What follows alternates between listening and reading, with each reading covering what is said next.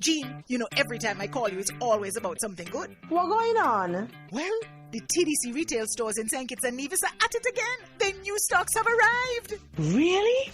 Yes, new furniture, printers, toys, appliances, electronics, housewares, even decorations, and so much more. New is in. So, girl Betty, when we going? You know me, I don't miss a beat when it comes to TDC. I'm getting ready to go to TDC Automotive, the Business Center, and the Home and Building Depot now. And next week, we're definitely going over to CDS Nevis to see what they have over there too. Betty, me I'm here. Betty, you gone? Feel the magic happening. Campari. Taste. Something incredible happens when Campari is mixed just right. Like Campari and orange juice poured over ice. Taste it. Try it tonight. Bitter, sweeter, better. Campari. Must be 18 years and older. Drink responsibly.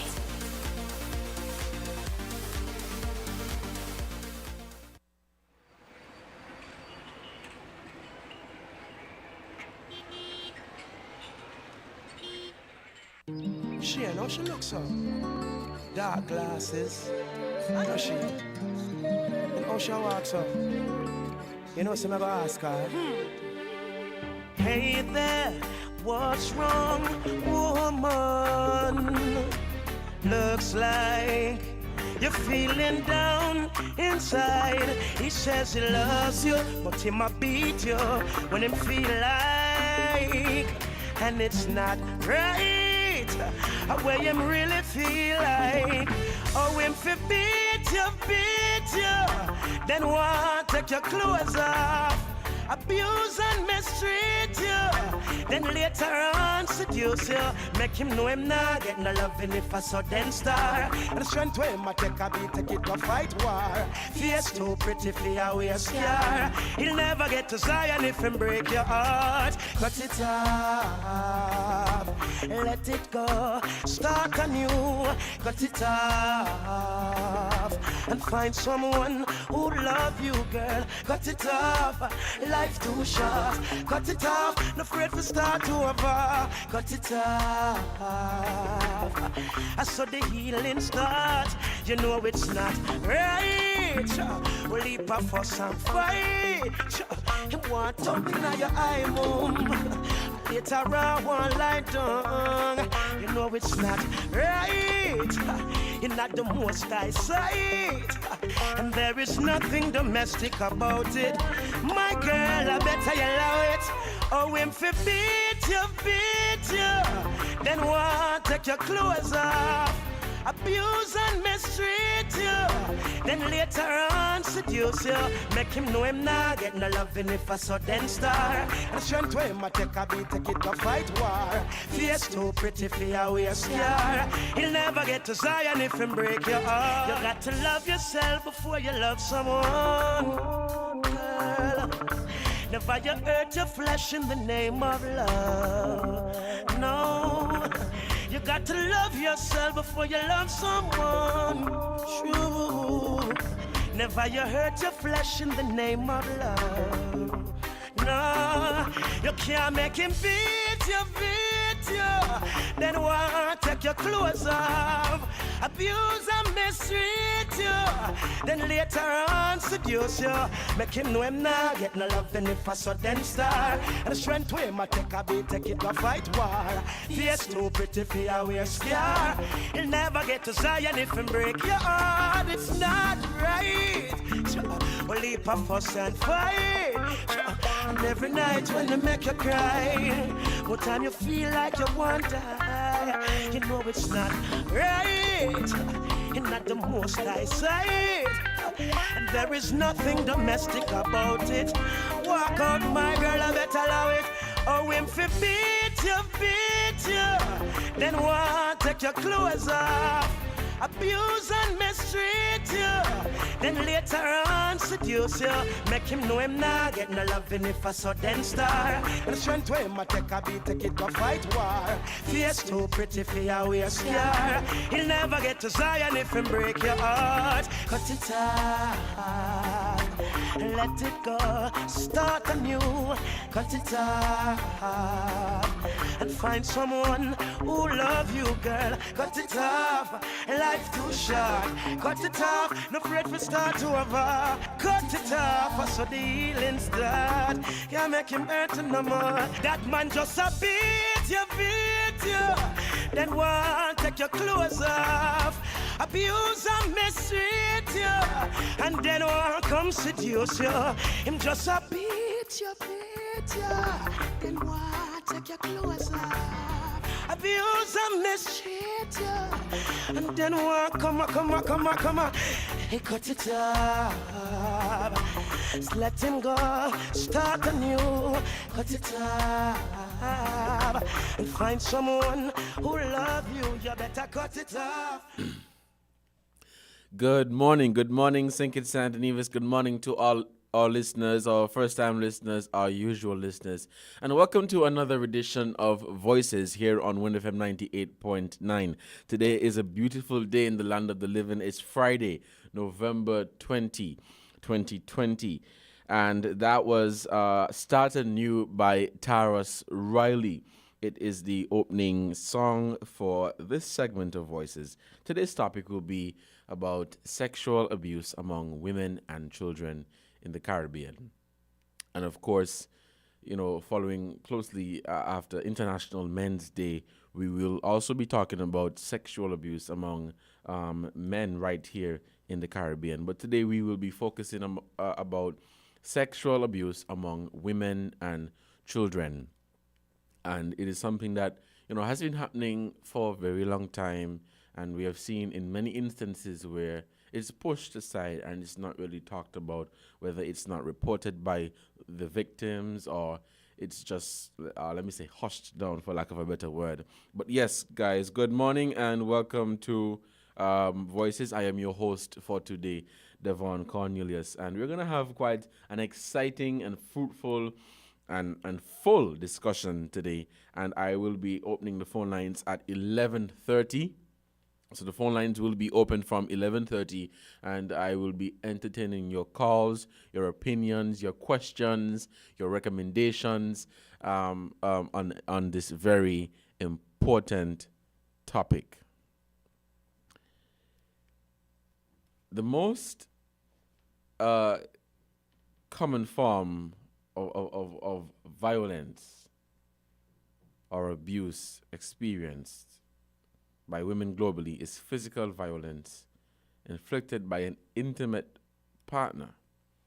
Now, yes, we're talking about sexual abuse, but we can't run away from the physical abuse because it's quite related. You find that many women who are physically abused have been sexually abused, and those who are being sexually abused have been physically abused. Now, I did some study and I came across this report from the United Nations website. It says the most common form of violence experienced by women globally is physical violence inflicted by an intimate partner. Let me emphasize intimate partner. Now, when it says intimate partner, you're probably scratching your head. But that is really true. That is the case. Husband, boyfriend, uncle, a close friend, a family friend, a neighbor, someone they know very well. On average, at least 1 in 3 women is beaten, coerced into sex, or otherwise abused by an intimate partner in the course of her lifetime. Within the Caribbean, violence against women is pervasive. Now, the 2001 Caribbean Regional Tribunal on Violence Against Women report observes that far from being a haven, a place of peace, the home for many women is a dangerous place.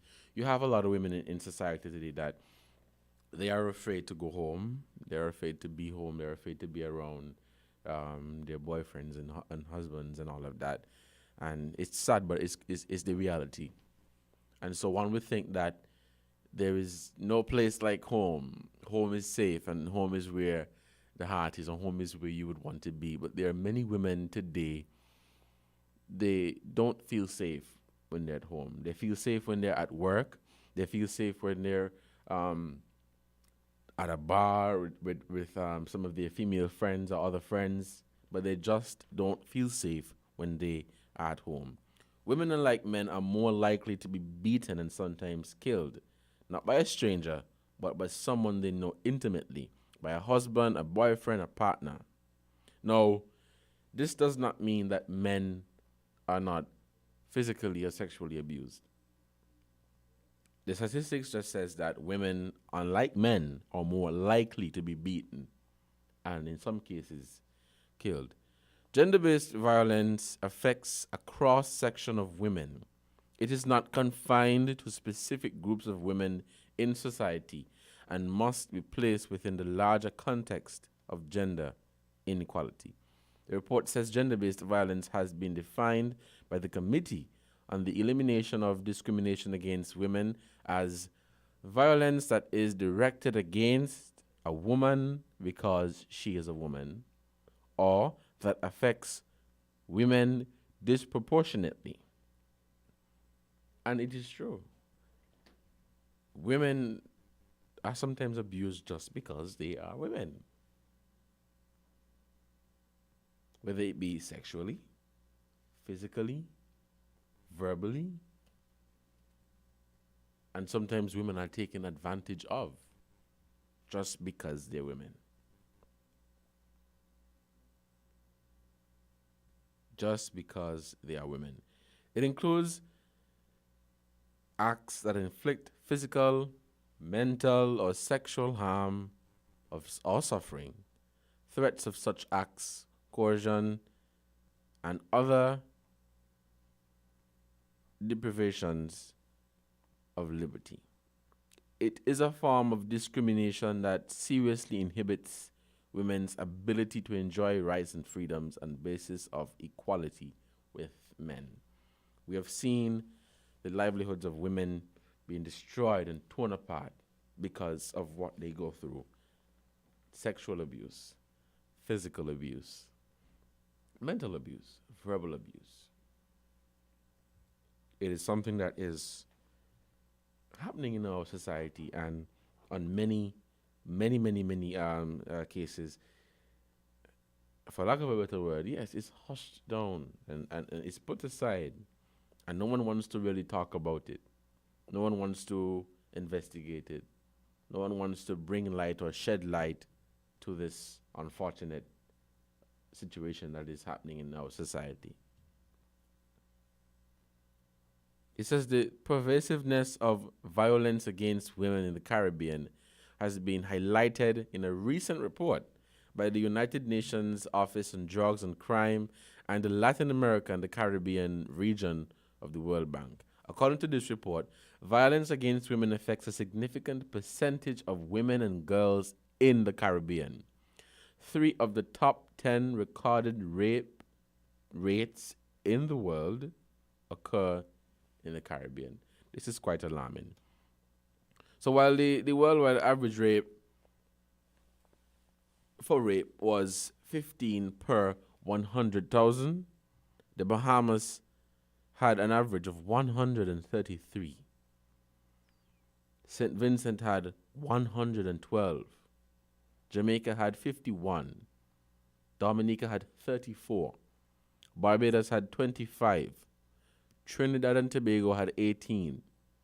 The report further pointed to a survey which revealed that in 9 Caribbean countries, 48% of adolescent girls' sexual initiation was forced or somewhat forced. And this is what's really happening in our society today. Women, girls, children, and men.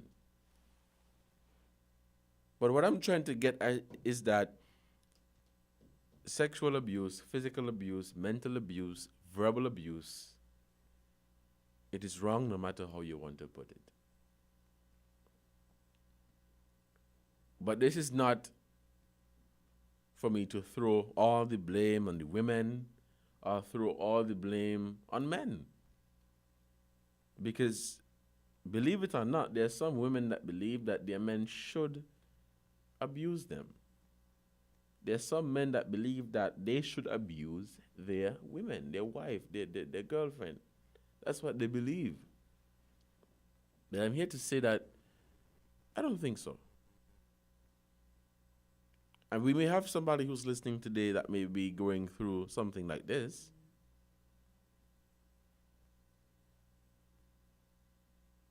And you may ask yourself, what step should I take next? What step should I take next? What should I do? Should I report this to the police? Should I tell a friend? Should I tell my mother? Should I tell a family friend? What should I do? But the reality is sometimes we would say, oh, we need the women need to speak up and say when they're being abused physically or sexually. But ask yourself this question. Sometimes, are they in a position to speak up? Are they in a position to say that they are being sexually or physically abused? I don't think so. Some women are marginalized, and they are not given an opportunity to speak up and say, this is what they are going through. As they may be living in a home with a man, and he's in charge of the income. And so they are unable to speak up and say, look, this is what's happening, and I want the authorities to do something about it. But of course, doing something like that, speaking up, it may be at a disadvantage for them if you look at it from one way. At the same time, it would be an advantage. You are no longer being abused, physically or sexually abused. So again, it's not to throw the blame on the women. It's not to throw the blame on them to say that, oh, you allow this man to abuse you. Or it's not to throw the blame on the men to say that you out there abusing women. But it is the fact. We have seen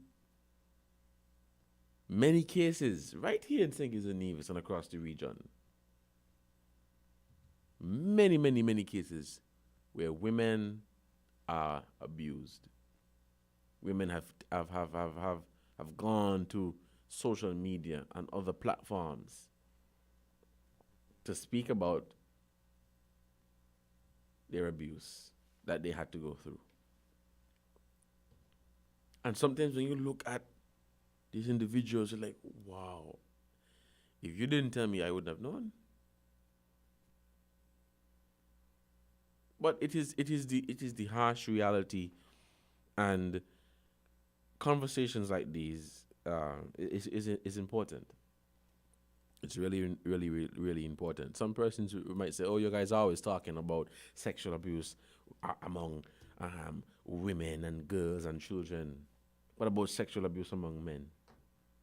But that is happening too. But again, these are delicate and touchy topics. And so you find that it's not talked about much. You might hear about it once or twice, and then, they come off the topic and talk about something else that makes sense. They might say this one don't make sense. But it is the harsh reality. It is the harsh reality. The study says that the UNDP Caribbean Human Development Report indicates that about 30.4% of women in the Caribbean report high rates of fear of sexual assault in comparison to 11.1% of men. Moreover, it indicated that violent crime has been increasing in the Caribbean, and this is accompanied by a decrease in both case clear-up and conviction rates. It is widely acknowledged that police statistics do not represent the true picture as regards the incidence of gender-based violence, since many persons do not report it to the police. And there are women out there who are being abused sexually, physically, and they do not report it. Some don't report it because of pride. Some don't report it because they just don't want to. Some don't report it because they're afraid of what's going to happen next. Is their husband or boyfriend going to be locked up? The person responsible for the income in the household?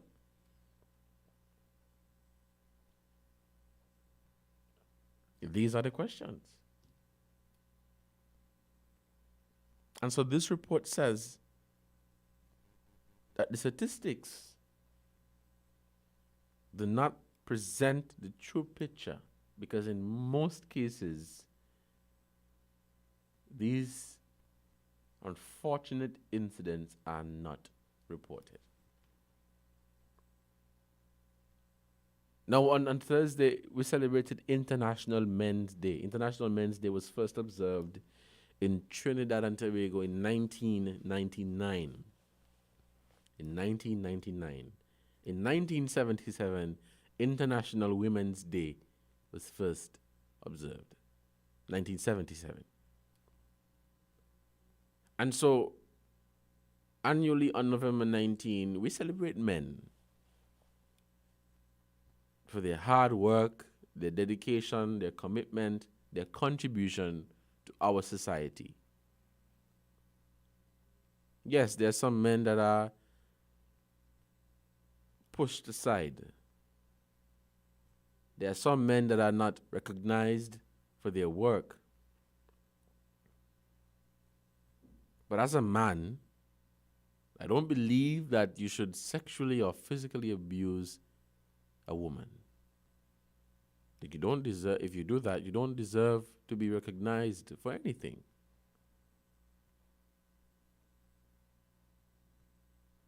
Some persons may agree, some persons may disagree. Some persons may agree, some persons may disagree. Now, the report says it is a major challenge. And I agree, it is indeed a major challenge. Because you may have 100 cases where women are being abused physically or sexually, and only 10 is reported. It says many women tell no one about the abuse they experience.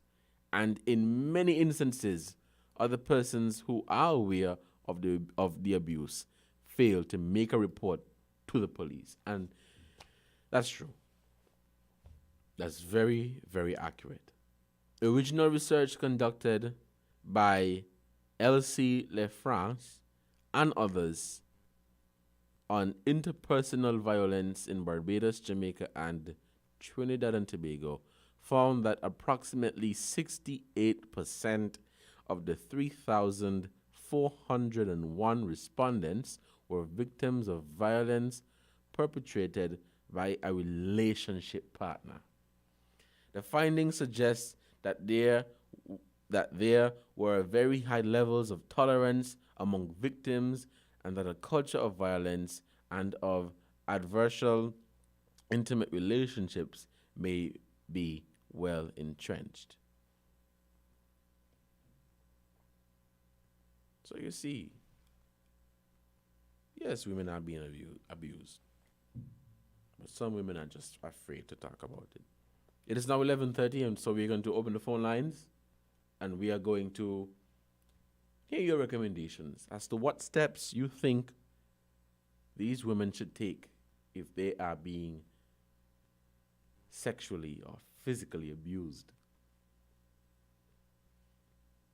Your recommendations, your opinions, your questions. Because it is something that is quite, it's happening in our society. We can't say it's not happening, or we can't hide it anymore. We shouldn't hide it in the first place. We shouldn't hide it.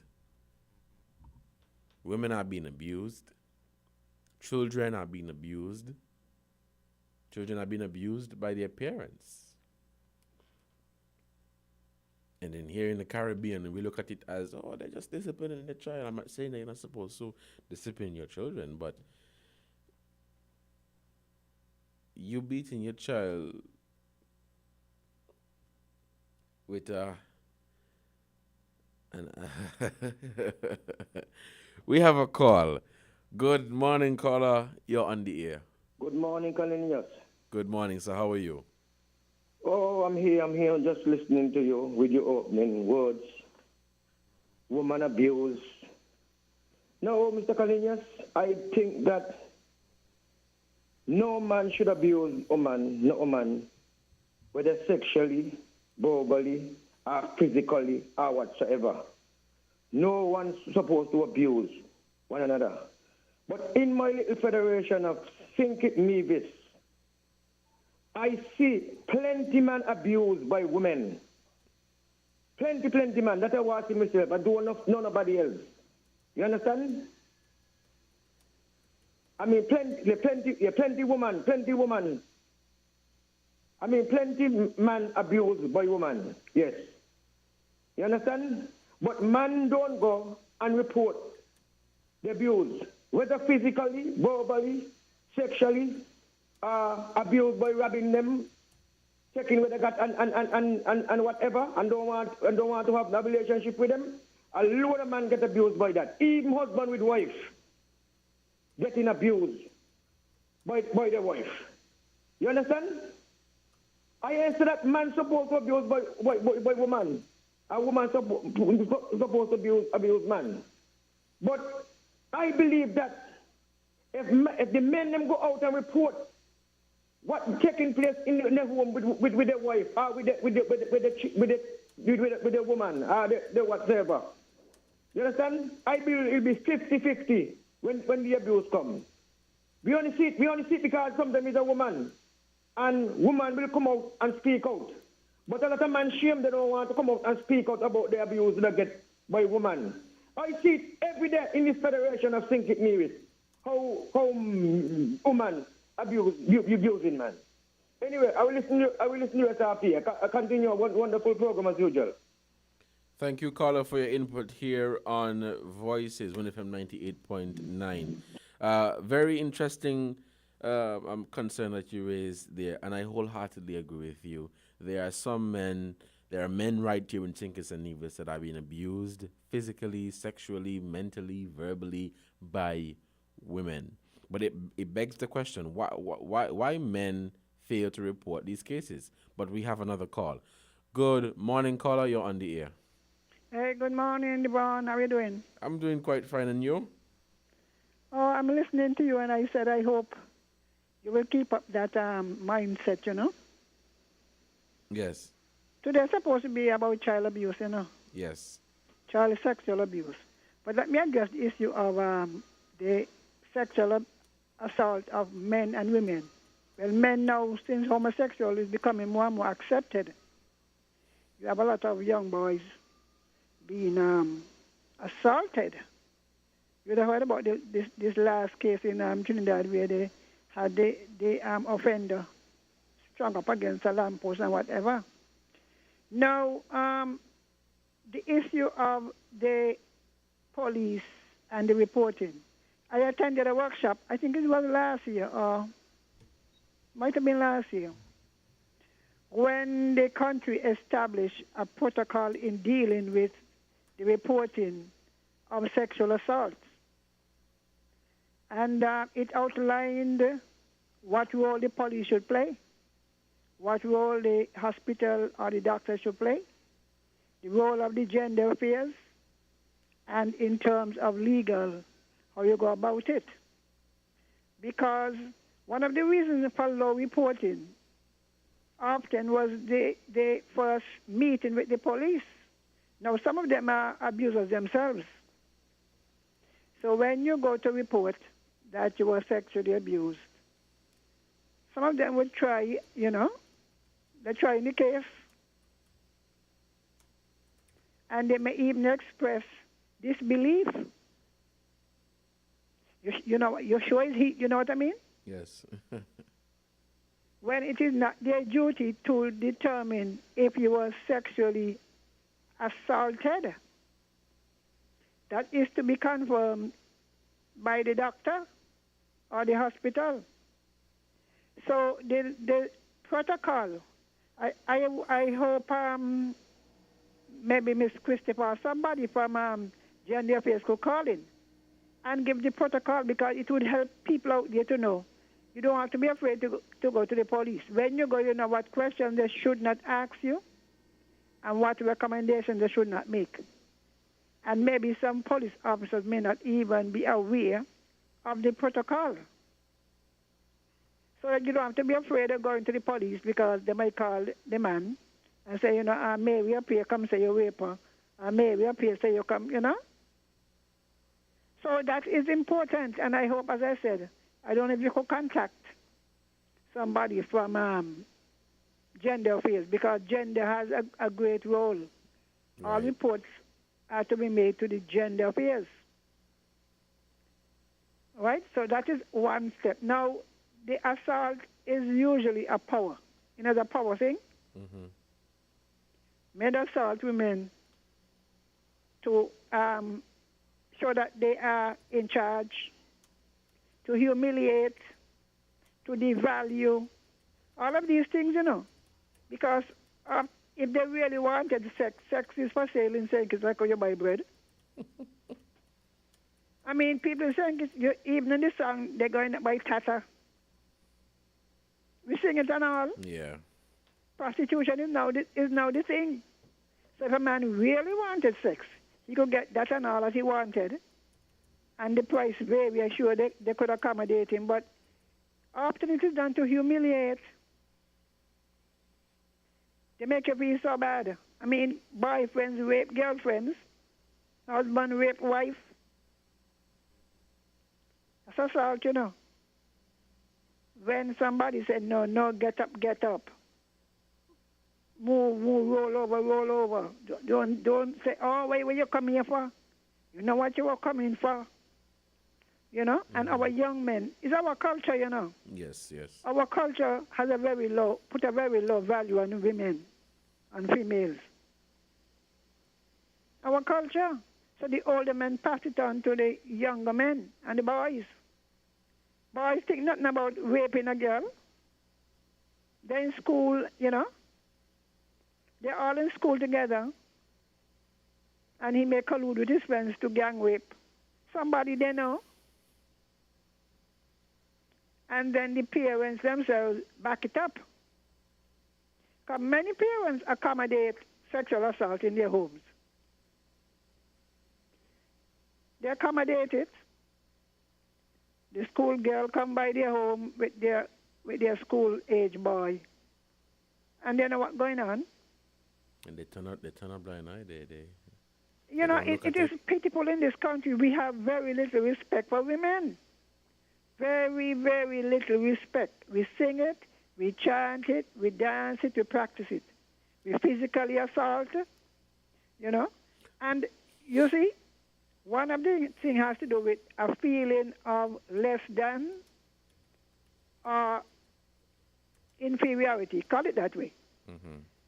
Now, if a man feels that a woman, they say, you're playing more than what you are, that is the accusation, right? Yes. Oh, you think because you're working in the this and that, you're more than me? I mean, some of them not only sexually assault you, deliberately impregnate you. Sometimes we don't think about it. To humiliate you. Now, does sexually assaulting a woman make you any bigger than what you are? And it is practiced from the top come down. You can't say this is a ghetto thing. This is a cultural thing. And our leaders, a lot of them involved in it, church leaders, political leaders, business leaders, this sexual assault is rampant. Rampant in the Caribbean and in St. Kitts too. It's all over. I mean, it's in church, in school, it's in work. I'm telling you, the other day I heard on the radio an 88-old man. 88-old, you see how the devil does work? The devil ain't want nobody believe in God, So he put up the devil in the churches. To assault the children. So it's like, well, boy, I have to go Sunday school with my child. I have to go youth fellowship with my. When you got a girl child, you're in trouble. Well, in the Catholic council, well, you got to watch your boy child and the priest. You know, you have lost confidence. These people have caused you to lose confidence. So you shame off, you emotionally destroy people. People don't understand what they do when they sexually assault somebody, you know. And the worst part is when you have other females glowing over it. Yeah. I mean, it is so sick. Let she take that, you know? Yeah. Yeah, let she take that. She thinks she better than me, or she thinks she better than him. Yeah. And it's long time he should have do it. You know what I mean? And then the lawyers, the legal system itself, makes it even harder because the defense lawyer he goes to all too extreme to prove that you consented to the assault. So sometimes the reason why the reporting is so low, when a woman thinks about the humiliation she has to go through in a courthouse, where she is made to look as if she is a prostitute, or she's deliberate and willful. I know some men going to call themselves women, they'll set up men. If you see a setup coming, you don't know what to do. When you're young, you know, you better know what to do. They are set up. You moved yourself quick and you stay far from that. Yeah. I mean, we got to realize they are set up. They got some spiteful, wicked women. But on the other hand, you have more predators. You know, and it is so sad because it does something to the person who was assaulted. Sometimes because they're assaulted, I have read studies where they show that often a lot of the women who end up in prostitution were sexually assaulted. And the same men who assault them turn around and call them, oh, they're bad, they're whore. You know what I mean? They are the cause of it. The same thing with homosexuals. Sometimes you got to be easy on them.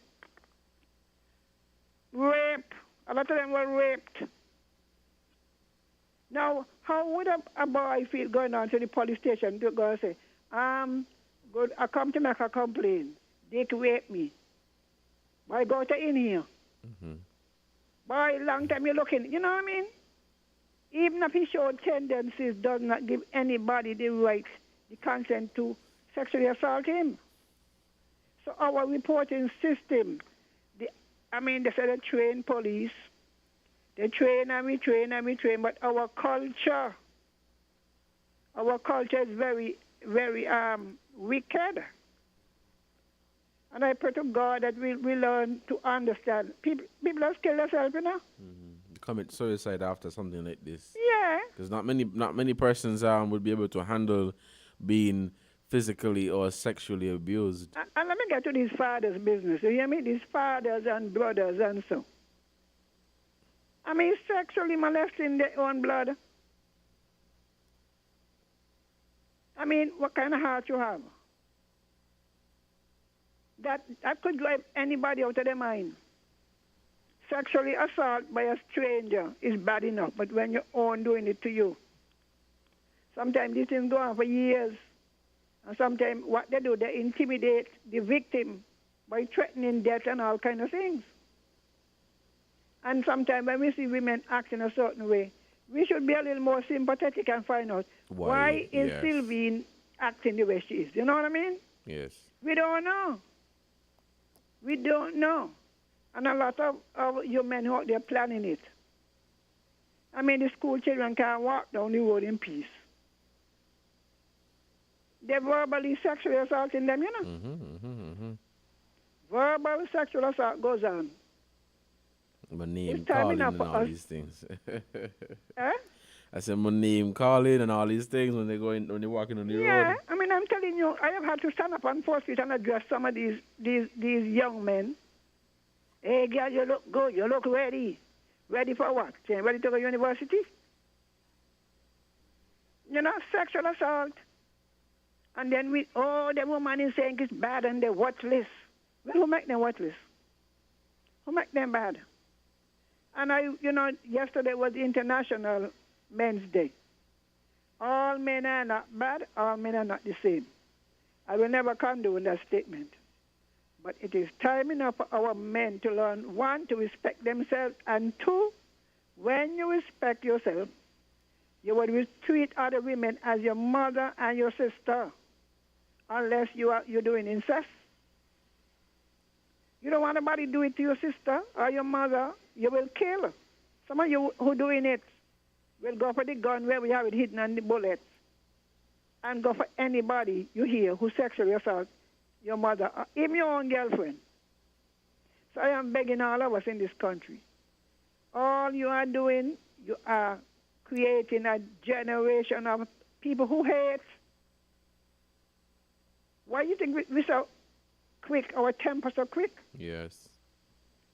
People carrying all kind of hurt. The other day I had a young lady on a show, on another station. I mean, I was shocked. I know all of these things go on, But the extent and by whom? It grieved me. It grieved me. I have had people that went through some of those kind of things here, and I tell you, it's only because I am saved. I would have commit murder. I just give God thanks every day He saved me,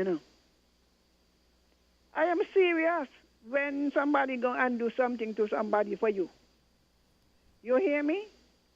And throw them off track and trying to destroy them. The only thing you could do is take them out, And that is why you see the Bible used to say, kill the one, and kill the one. Mm-hmm. But nowadays, we pat down everything. Every time I said the other day, I said, it is strange, these lot of boys becoming homosexual. A lot of them, all the men out there preying on the boys. They're preying on the girls, and now they're preying on the boys. So what do we have? What kind of people do we have? And when they finish, they run around. It's human rights. It's human rights, They make them so. Sexually assault them, and everybody seeking vengeance. Because somebody rape you, you'd like it to rape somebody else. So,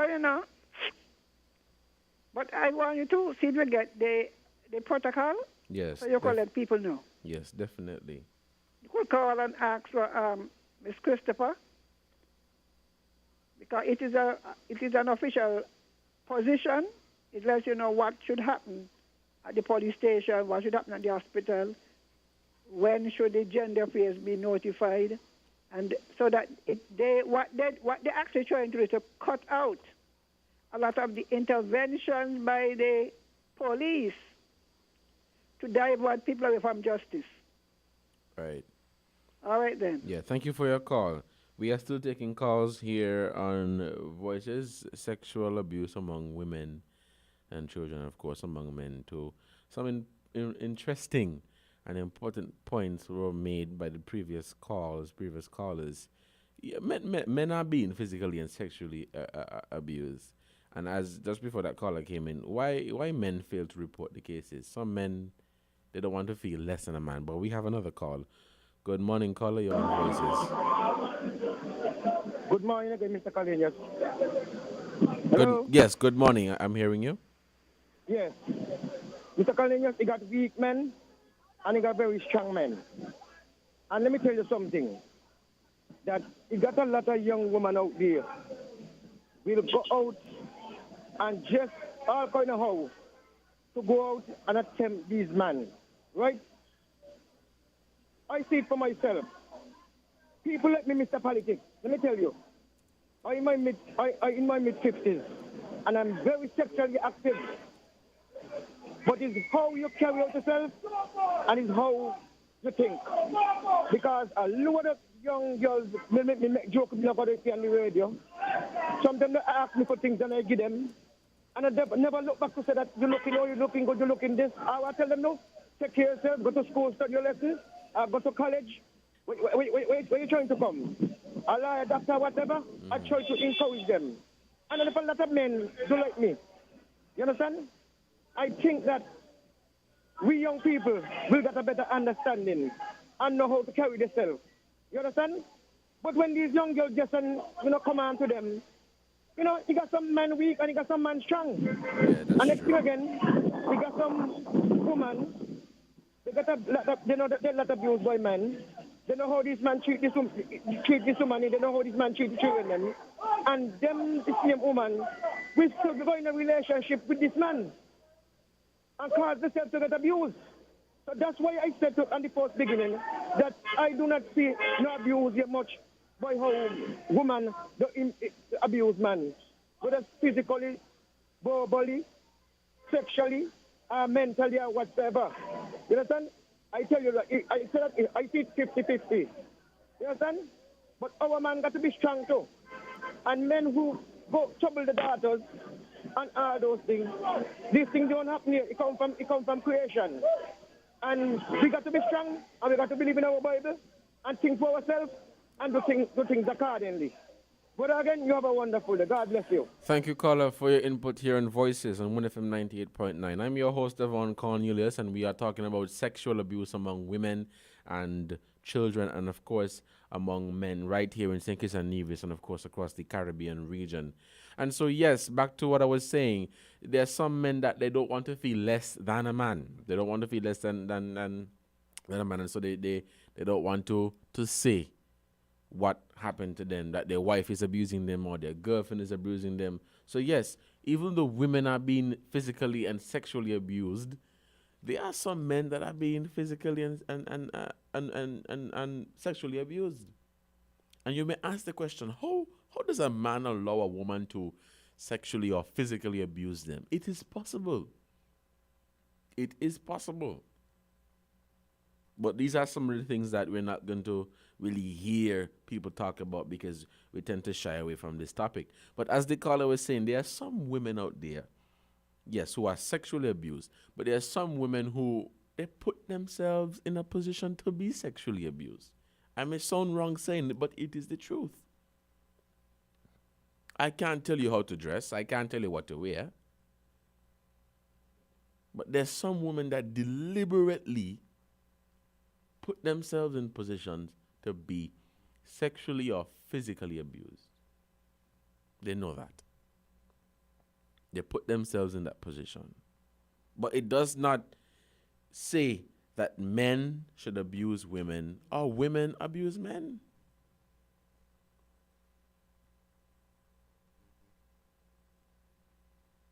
At no point in time am I saying that it is right and that these things should happen. No one deserves to be sexually or physically abused. No one. But the reality is, women and men are being abused, whether it be sexually or physically.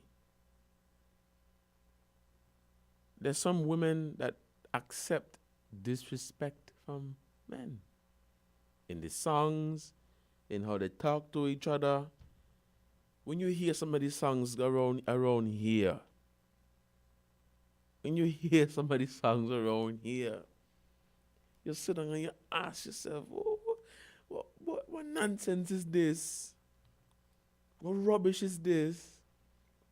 But the women listening to these songs and they're gyrating and they're getting on and they love it. Again, I'm not saying that they should be physically or sexually abused, because no one deserves to be. But again, it's not to throw the blame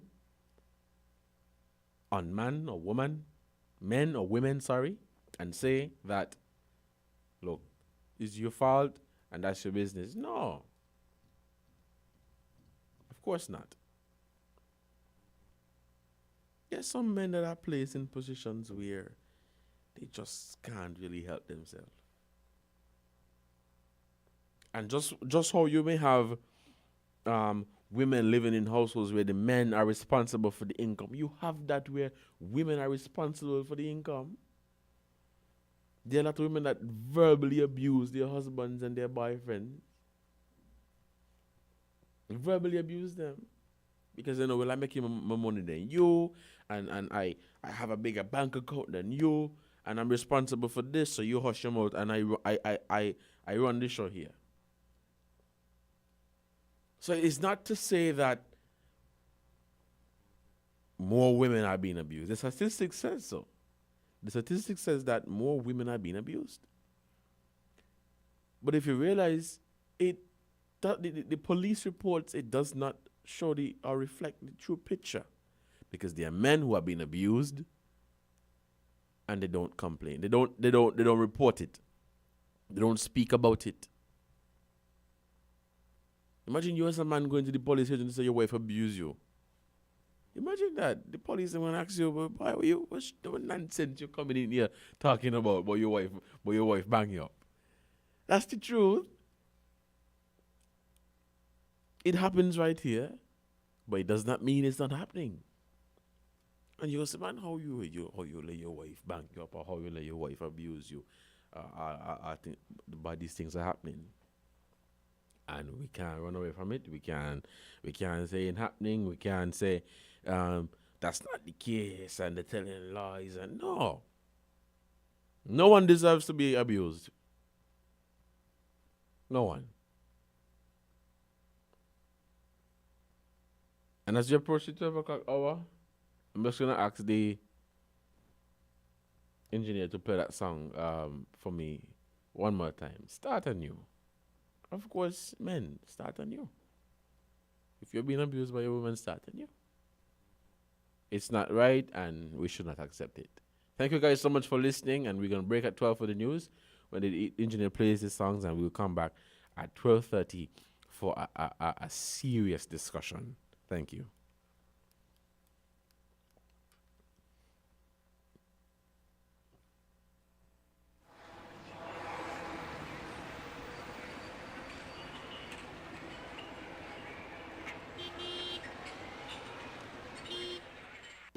She, I know she looks so. Dark glasses. I know she. And how she walks up. You know, some of her ask her. Hey there, what's wrong, woman? Looks like you're feeling down inside. He says he loves you, but he might beat you when he feel like. And it's not right. Where you really feel like, oh, him fi beat you, then what? Take your clothes off, abuse and mistreat you, then later on seduce you, make him know him not get no loving if a sudden star, and strength to him I take a beat, take it to fight war, face too pretty for your wear scar, he'll never get to Zion if him break your heart, cut it off, let it go, start anew, cut it off, and find someone who love you, girl, cut it off, life too short, cut it off, no afraid to start over, cut it off, I saw the healing start, you know it's not right, we'll leap a fuss and fight, you want to open your eye, mom, later on one lie down, you know it's not right, you're not the most I sight, and there is nothing domestic about it, my girl, I better you allow it, oh, him fi beat you, then what, take your clothes off, abuse and mistreat you, then later on seduce you, make him know him not get no loving if a sudden star, and strength to him I take a beat, take it to fight war, face too pretty for your wear scar, he'll never get to Zion if him break your heart, you got to love yourself before you love someone, girl, never you hurt your flesh in the name of love. You found the sound. 98.9. Win FM. We now bring you the Win FM Headline News. The Win FM Headline News is brought to you by Caribbean Alliance, KDP Enterprises, The Grange, Carib Brewery, CNC Trading.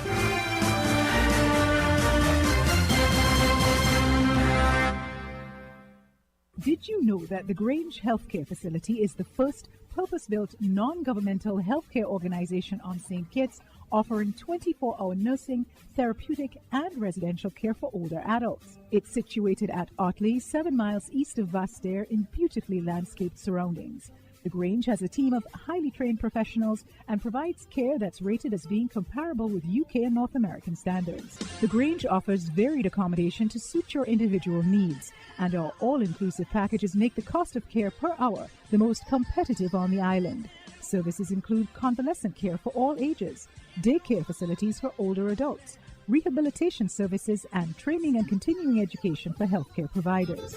For more information, call 466-5525 or 465-8020, fax 466-8221, or email thegrangehealth@gmail.com, or visit our website at www.grangehealthcarefacility.com. Maybe it's the way the brilliant gold liquid reflects our sunshine, or how the bright blue of its label mirrors the clear Caribbean skies overhead. Maybe it's the fresh, crisp taste of this beastly cold beer on a scorching hot day. Maybe it's even the way it brings us all together.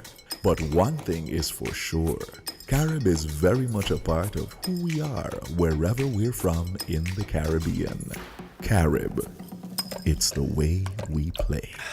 Drink responsibly. Protect your lifestyle with Caribbean Alliance Insurance. Tilly Walwin and low reputation and service for second to none. Securing you is our mission. People that you can trust, your business, property, we got you covered. Motor or personal, whatever it is, we got you covered. 130 years in this business, we got you covered. For all your insurance needs, visit or call us at 465-2631 or 469-5303. Delia Walwin, people you can trust. Shipping your cargo shouldn't be a hassle. It can be as easy as a single call to Amerijet International, your worldwide cargo transportation solution. We provide all the services you need to ship your goods anywhere in the world. Whether your shipment is fresh, frozen, large or small, alive or hazardous, you can count on Amerijet to deliver it safe and sound. Amerijet International, by land, sea or air. We get it there. For more information, visit us online at www.amerijet.com or call us at KDP Enterprises, telephone number 466-9595.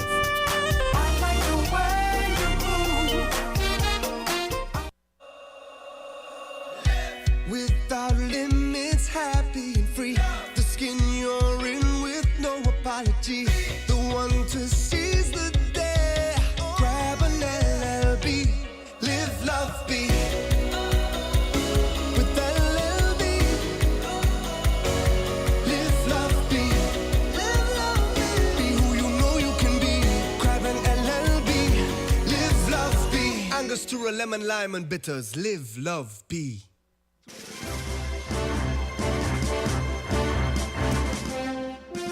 The Ministry of Education has announced that all government primary and secondary schools in the Federation will close on Friday, December 4th, 2020. That's according to a notice on the government website. This closure applies to all children and staff at the daycare centers. Parents and guardians are asked to ensure that their children are in school during the week of November 30th to December 4th. While schools close for children on December 4th, staff will proceed on vacation on December 11th. Report cards will be available for collection at the schools as of December 11th.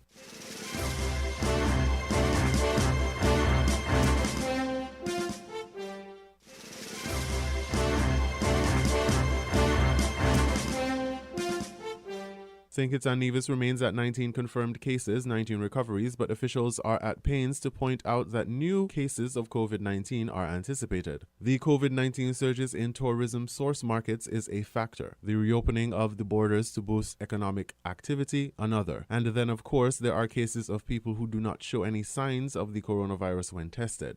Officials here have strengthened the protocols while closing borders since April, but a recent case in Antigua and Barbuda offers a cautionary tale about COVID-19. Chairman of the National Emergency Operations Center, Abdias Samuel, spoke of the death of a Venezuelan engineer, Eduardo de la Plaza, who was working at the Antigua Power Company. Let me give you a classic example. In Antigua, on the 6th of November, a 58-year-old male would have arrived with a negative test to support some work that needed to be done at the power plant in Antigua. When he arrived in Antigua, he was negative. He was tested 5 days later, and he was found to be positive. During this time, he would have been interacting with all of his colleagues. He would have been training and working with to restore the power challenges that they were having in Antigua. Bear this in mind, that strict protocols were being followed, meaning persons were wearing gloves, they were wearing their masks, their face shields, they were doing their social distancing, physical distancing as much as possible.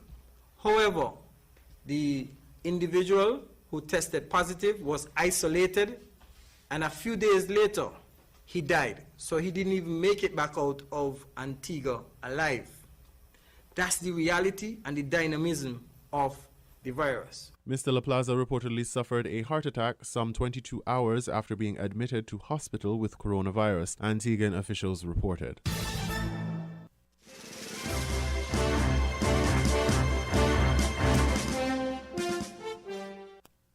Persons who are caught not wearing face masks in public places will now pay 100 EC dollars. That announcement was made by Attorney General Vincent Byron on Tuesday. In relation to the $500 penalty for not wearing a mask, this will be reduced to a penalty of $100, and the police force and the members of the compliance team would be empowered to issue tickets to persons who breach this law. So when will the new fine take effect, and what are the plans to enforce compliance with the regulations that were ignored by a significant number of people, including those charged with enforcing the rules? That question was raised at the NEOC briefing on Wednesday. Police Superintendent Cromwell Henry. For some reason, our people only take things serious when there's a consequence. So hopefully once tickets are in place and are being issued, then persons will take it seriously. But we hope that it doesn't get to that. I mentioned in my presentation that the law has been passed, had its third reading, but there were some amendments to it in its committee stage. The reduction of the fine would have been one of those changes. I also said that those changes are being made now. The bill has to be sent to the Governor General for his assent, and then it would be published in the official gazette. Once that process is completed, then the minister would set a commencement date, as there's provision in it for commencement by the minister, and then it will be effective. Hopefully that will be shortly. The superintendent, in his presentation at the NEOC briefing Wednesday, used the opportunity to remind the public that some visitors would be arriving from high-risk destinations, so it was critical that all protocols be observed for the safety of locals and visitors.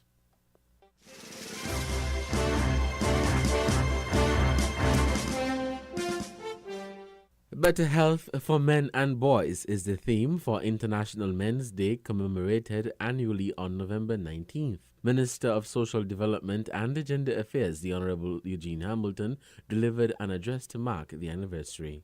The day that we honor men is here again.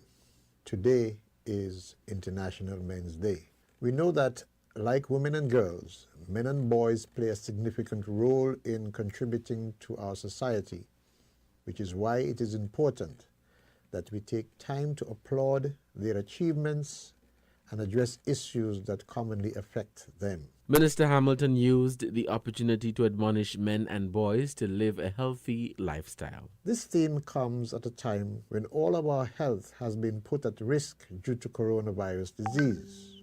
The government of St. Kitts and Nevis continues to encourage all men and boys to take a special interest in their own health, because According to Jim Rohn, your body is the place where you have to live. Unfortunately, not all countries celebrate this day, but I am pleased to say that St. Kitts and Nevis is one of the 70+ countries who acknowledge this day because of men's vital importance and role in our federation's overall development. So, what are some of the health issues that affect men? According to research, these include heart disease, diabetes, lung cancer, prostate cancer, hypertension, kidney stones, stroke, and depression. On the other hand, health issues among boys include those that occur due to what is eaten or consumed or put into their bodies, and those that relate to oral hygiene. The belief that men are less likely than women to visit the doctor regularly and take action to better their health is a fairly common one. I am therefore again pleading to all men and boys to consider the way in which they are currently treating their minds and body, and to make a serious effort to change the ways that pose a threat to their lives. International Men's Day was first observed in Trinidad and Tobago on November 19th, 1999. It was believed that men should be globally recognized like females, whose day, International Women's Day, was first observed 22 years earlier in 1977. That day was designated as a time when society thanks men for their contribution and a time when health issues are brought to the forefront.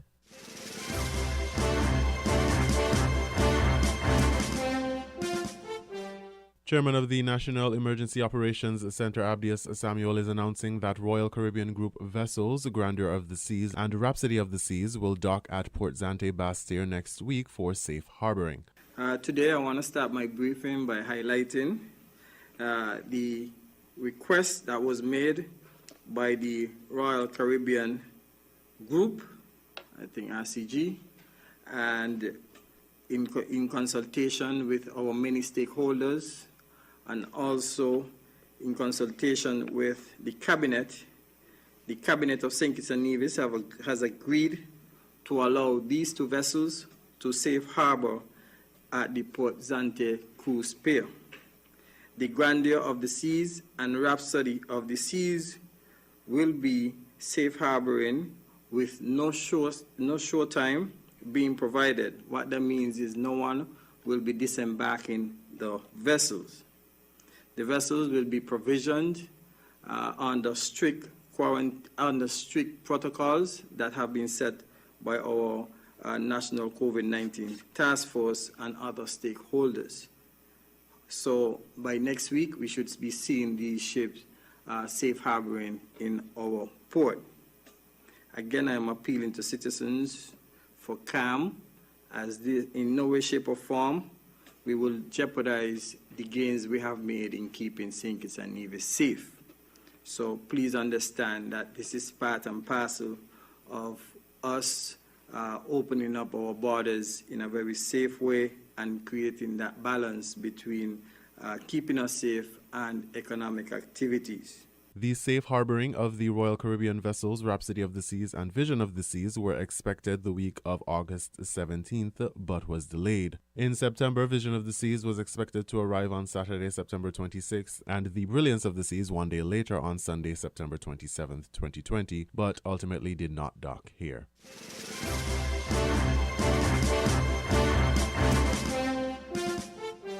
Prime Minister Dr. Timothy Harris announced on the Tuesday, November 10th broadcast of Leadership Matters that there will be 2 VAT-reduced days this year, being December 18th and 19th. Abdias Samuel, chairman of the National Emergency Operations Center during the NEOC weekly COVID-19 briefing on November 18th, made an appeal to businesses to come up with an action plan in an effort to continue compliance with the COVID-19 protocols. I want to make an appeal to the business community because the Prime Minister would have indicated that there are going to be 2 discounted VAT days. So these 2 discounted VAT days will be the 18th and the 19th of December. So businesses and consumers are alike are asked to adhere to the protocols, in particular the business places. I'm appealing to the business places to develop a plan. It will be critically important for you to develop a plan as per 1, sanitization, 2, the process of ingress and egress from your enterprise, your business. We also have to look at the security component of the business.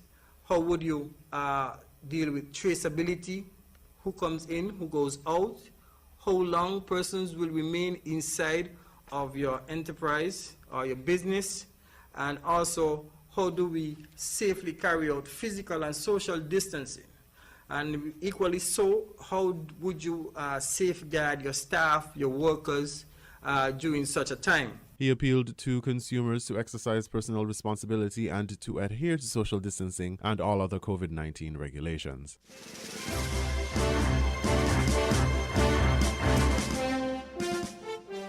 Following the island-wide power outage and the Fort Tyson Rise landslide, both of which occurred on the same day, Thursday, November 12th, Mr. Abdias Samuel, chairman of the National Emergency Operations Center, at its weekly COVID-19 briefing on November 18th, provided an update on both situations. Concerning the land slippage in Fort Tyson Rise Frigate Bay, Samuel indicated meetings will be held with the affected homeowners as it relates to the recovery process.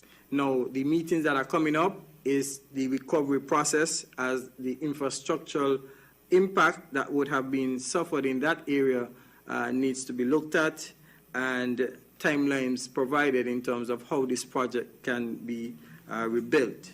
So I want to seek the patience of the homeowners and for them to continue to cooperate with us as we do our best to endeavor to bring you back to a sense of normalcy. A meeting was held with the Fort Tyson Rise homeowners on Saturday, November 14th. The slippage was ruled a natural disaster and the area was deemed unstable. Wednesday, November 18th, Samuel indicated that homeowners whose properties were deemed safe were allowed to return home. As it relates to the localized fire at the Needmus power plant, which caused the island-wide blackout on Thursday, November 12th, Samuel commended the St. Kitts Electricity Company Limited for restoring electricity to the island within the time it did. According to the corporate communications manager of Skelec, Patrice Harris, the efforts to restore power to the island took some 75 employees of Skelec over 29 hours working on 12-hour shifts.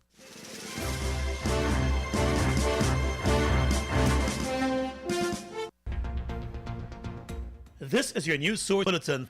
1 month since the reopening of the 2 international airports in Guyana to regularly scheduled flights, the Minister of Health has revealed that 11 arriving passengers tested positive for coronavirus. The tests were done at the 2 airports in keeping with the coronavirus protocols. Persons traveling to Guyana are required to have a negative COVID-19 test result. Those who would have received their negative test results within 72 hours of arrival are allowed in with no additional tests. However, passengers who might have been provided with a negative test result more than 3 days before their travel are required to have an additional test done at the airport. The health minister revealed today that since the reopening of the airports, more than 1,000 COVID-19 tests were completed at the airports, and the positive results are from those tests. The privately owned Eureka Labs is responsible for testing at the airports, and the passengers have to pay $80 for the test. In his update today, the health minister said the positive cases are being monitored. So we keep monitoring. Once we detect a positive person, our staff, they have an obligation to do several things. One, we have to do contact tracing for all the persons who these passengers would have been in contact with. On the flight coming, where they've been sitting, the passengers that sat around them would have to be informed, both in front, the side, and the back. And so we are able to do that as well. And thirdly, by our international obligation and agreements that we have regarding international health regulations, we are obligated to tell the country of origin that this passenger has tested positive. More than 5,000 passengers have traversed the two airports since their reopening, and with the holiday season approaching, airlines are expecting an increase in the number of Guyanese abroad who will travel home for the holidays. There have been concerns about whether Guyana is probing the arriving passengers enough and whether the airlines are doing enough checks before ferrying those passengers to Guyana. There have been reports out of New York and Miami of persons getting access to fake COVID-19 results and medical persons providing fake results to allow travel. Guyana has no known system in place to determine the authenticity of the COVID-19 test results and the documents being provided to the airline, since persons no longer have to submit those documents ahead of their travel.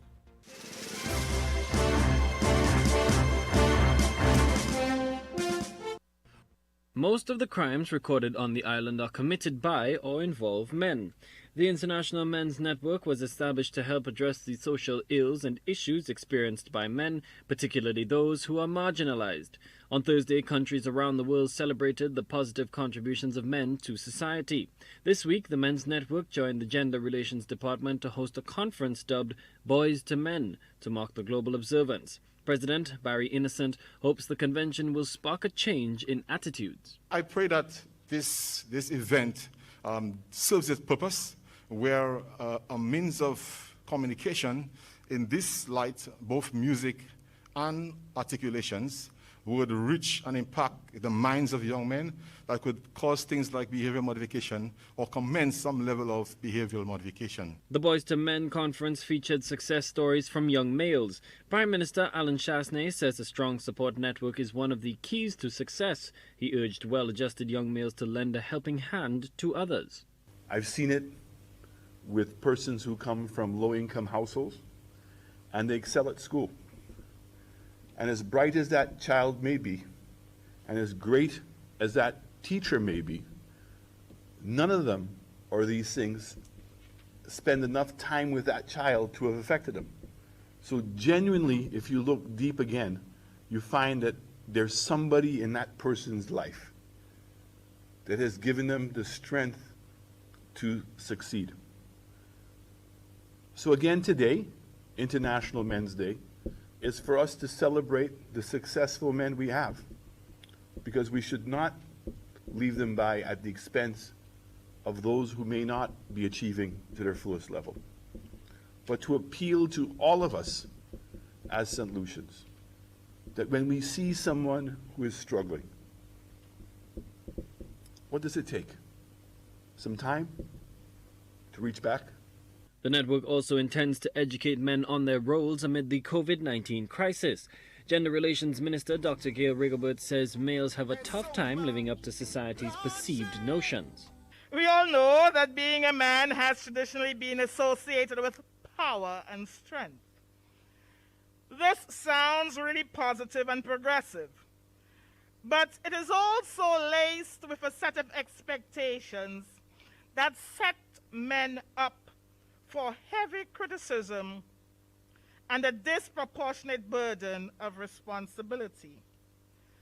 That perception of what it means to be a man, as unfair as it is to men, affects everyone: women, men, boys, and girls. Over the next few months, the network plans will collaborate with like-minded agencies to develop a civil society movement. The theme for International Men's Day is Better Health for Men and Boys. It calls for greater involvement to improve the well-being of males. Colby DeVoe, HTS News Force.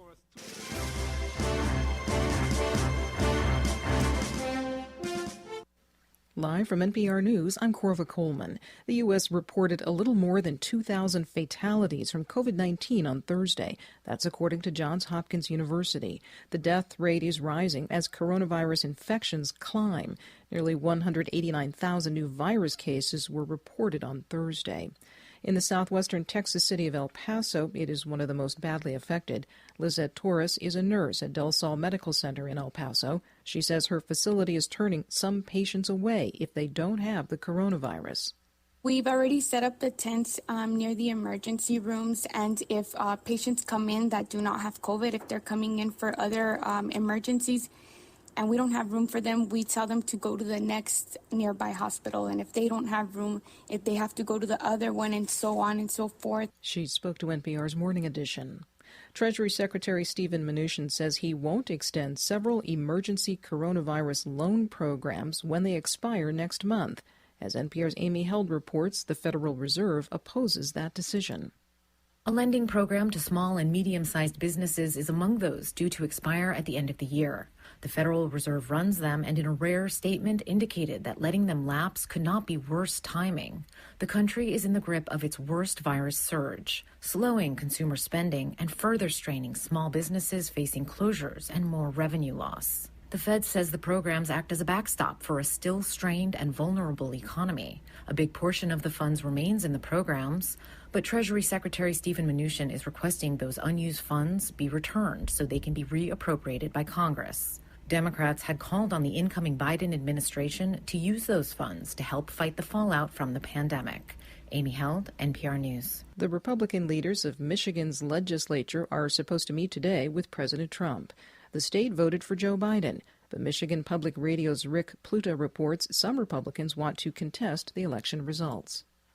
The trip by the State House leaders occurs as Michigan's election results are supposed to be formalized Monday, and it's been quite a process.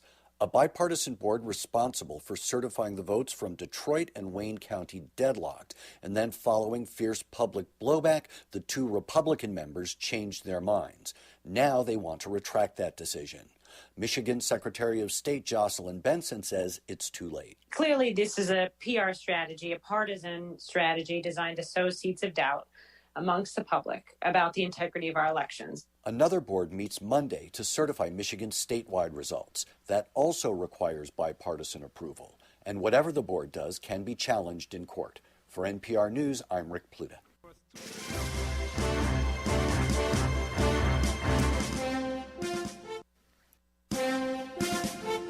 That was the WinFM Headline News, brought to you by KDP Enterprises, Caribbean Alliance, Carib Brewery, CNC Trading, The Grange.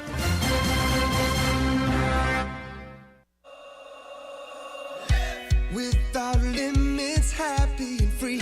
The skin you're in with no apology. The one to seize the day. Grab an LLB. Live, love, be. With LLB. Live, love, be. Live, love, be. Be who you know you can be. Grab an LLB. Live, love, be. Angostura, lemon, lime, and bitters. Live, love, be. Shipping your cargo shouldn't be a hassle. It can be as easy as a single call to Amerijet International, your worldwide cargo transportation solution.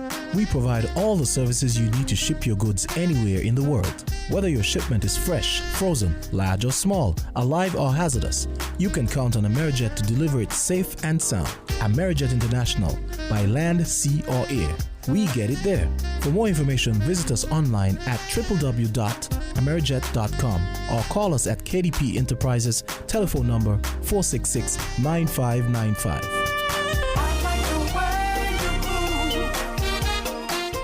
Protect your lifestyle with Caribbean Alliance Insurance.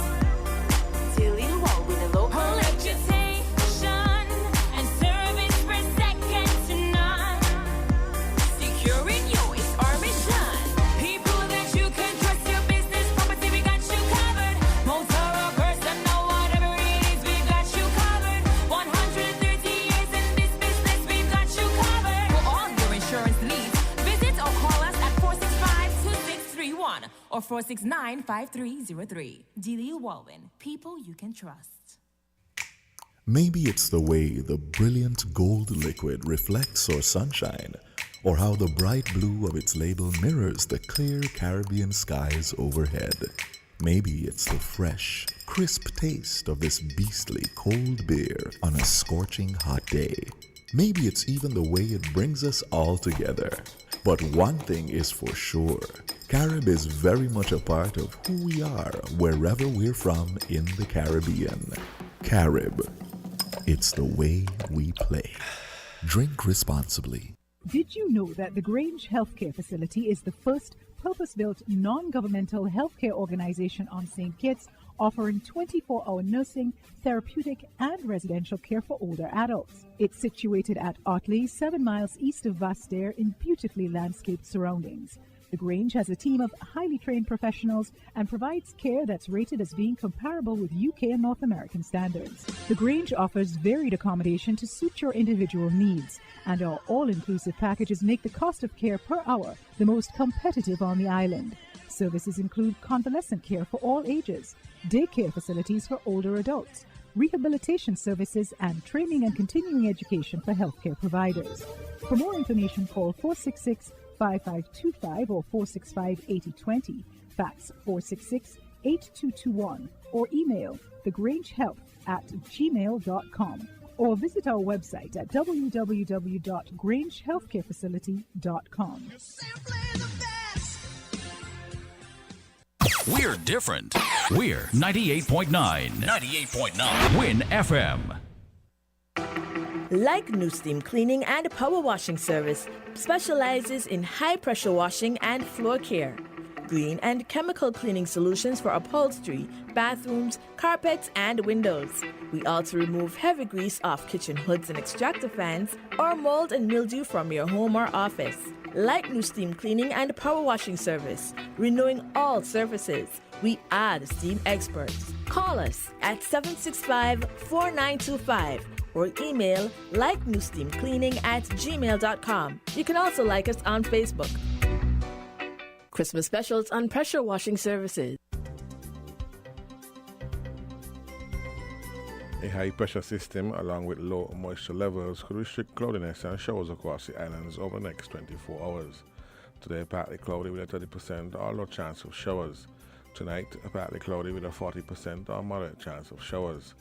Winds east at 10 to 18 knots with possible higher gust or 28 knots. Seas 1.5 to 1.8 meters or 5 to 6 feet.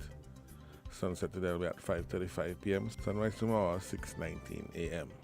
That's your weather forecast for today. Comes with the kind compliments of Breed Easy.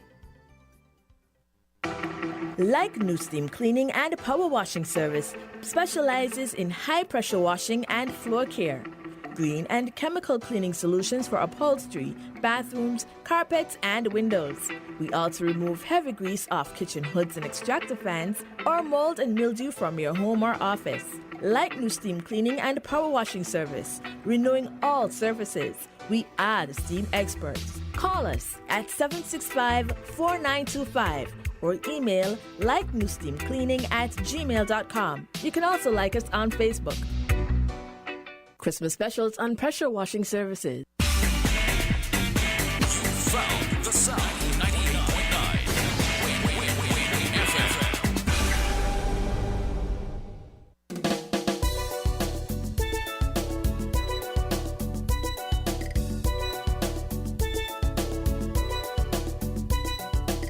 It's official! Friday, December 18th and Saturday, December 19th are VAT days. But you can come today and get pre-approved credit for VAT Day. Save some of the hassle of this VAT Day and drop by some of your local Hosford department stores today. Yes! Come to any Hosford department today and get pre-approved credit for December 18th and December 19th.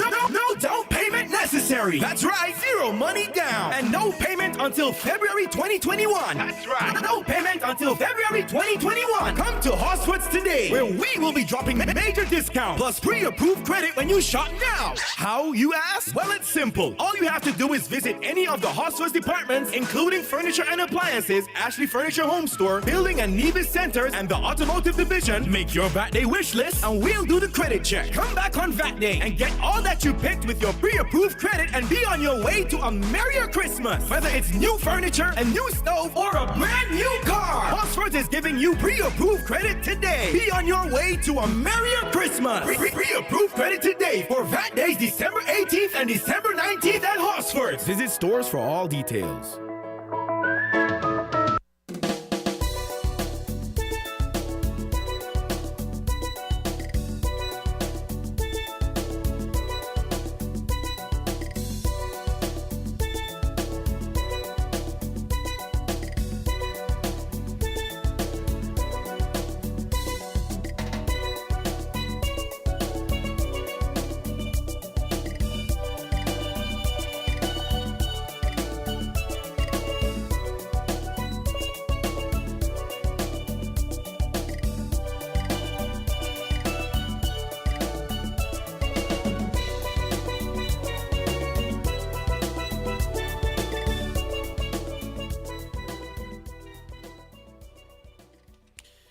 Good afternoon and welcome back to Voices here on 1FM 98.9. I am Devon Cornelius and we are back for this second segment of this very interesting discussion that we had this morning. The topic is sexual abuse among women and children, of course, among our men and boys as well. And it was a very interesting topic. We were able to entertain some calls where our callers had questions, recommendations, their opinion on this very delicate and fragile topic that most persons tend to shy away from.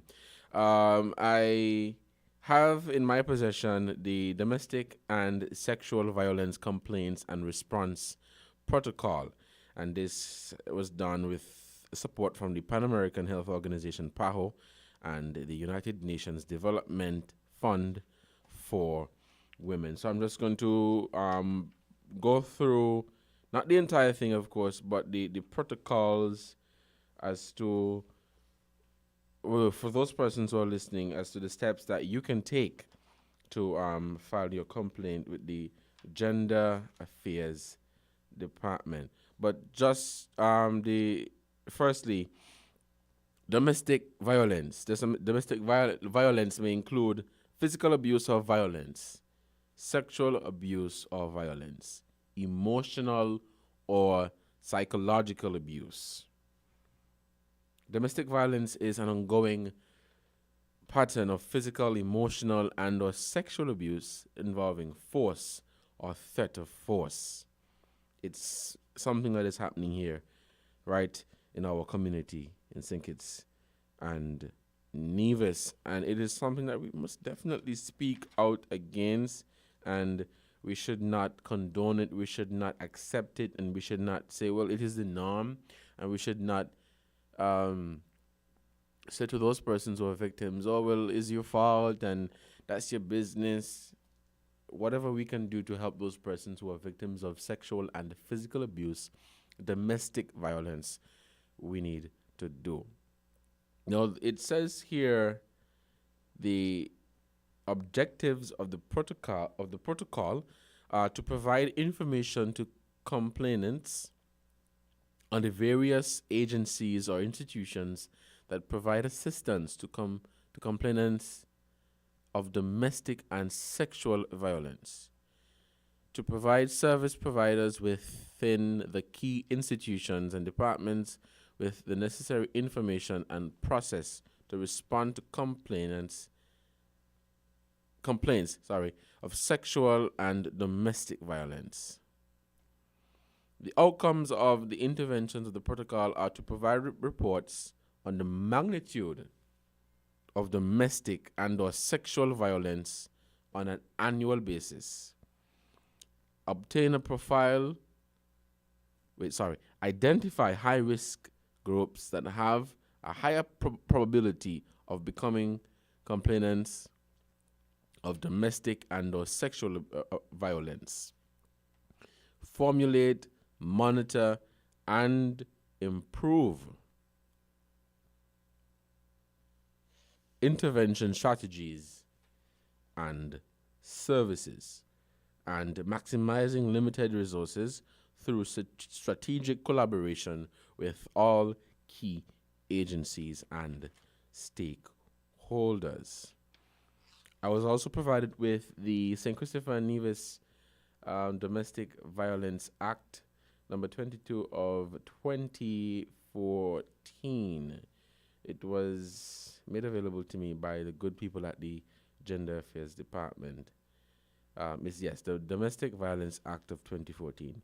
But I'm just here going through the protocols of domestic and violence and sexual violence and what one should do in the event they become a victim of such. Now, domestic and sexual violence complaints and response protocol principles and guidelines. The various institutions and agencies, service providers working with complainants of domestic and sexual violence must be cognizant of the following. Help victims understand that domestic and sexual violence takes away a person's sense of control over their body or life, Provide support for complainants to regain some control over their present situation by making their own choices. Provide appropriate support, services, and information to the complainants that will inform them of the range of choices at their disposal. Never initiate physical contact with the complainants. Listen to them attentively, respectfully, and in a non-judgmental manner that would assist to validate their experiences and feelings. Provide realistic and accurate information and avoid making commitments that cannot be kept. Discuss with the complainants the internal policies and procedures of the institution agency, for example, confidentiality, accountability, record keeping, and who would be given access to the complainant's information and the records. Now, it says here the rights of complainants of domestic and sexual violence. Complainants of domestic and sexual violence have the right to, among other things, the following: privacy during all interventions, including the nurse assessment, the medical examination, counseling, and evidence gathering. Have all interventions procedures explained in detail, including to whom and when mandatory reporting is necessary. Request a friend or a family member or advocate to support them during the examination process, and to refuse the collection of samples of infections, sexually transmitted infections, and pregnancy. To start the process at any time and to restart at any time. These are for persons who are victims of sexual and domestic violence, and these are some of the rights that you are entitled to. You have the right to have the right to their information records be kept in strict confidence. And I think that's a very good one, because some persons feel that their stuff, the information that they provide to the relevant personnel, they feel that it is not being kept at 100% confidentiality, and so they don't feel safe. They don't feel safe reporting, and they don't feel safe saying, well, this happened to me, and this is the case, and all of that. It says confidentiality is critical when dealing with allegations of domestic violence. Disclosure of the fact that the complainant is making an application in the magistrate's court is potentially harmful to the complainants. Many complainants are embarrassed because they have been abused. And that's true. That is why a lot of people are afraid to speak up and speak up, because they are embarrassed, and they would not want to say, well, I was abused by this person, or I was abused by that person. So the roles and responsibilities of the institutions or the agencies or the service providers. So note that step 1 is the initial report or the assessment. Step 2 is the medical examination. Step 3 is filing a police report. Step 4 is assessment by the Department of Gender Affairs. Step 5 is the social services intake. Step 6 is the provision of services. And the last step would be to monitor and evaluate. Monitoring and evaluation. So again, for those persons who are listening, the roles and responsibilities of the institutions, agencies, and service providers. The step 1, the first step would be the initial report and or the assessment. The second step would be the medical examination. The third step would be filing a police report. The fourth step would be the assessment by the Department of Gender. And the fifth is the social services intake. The sixth is the provision of services. And the last one is monitoring and evaluation.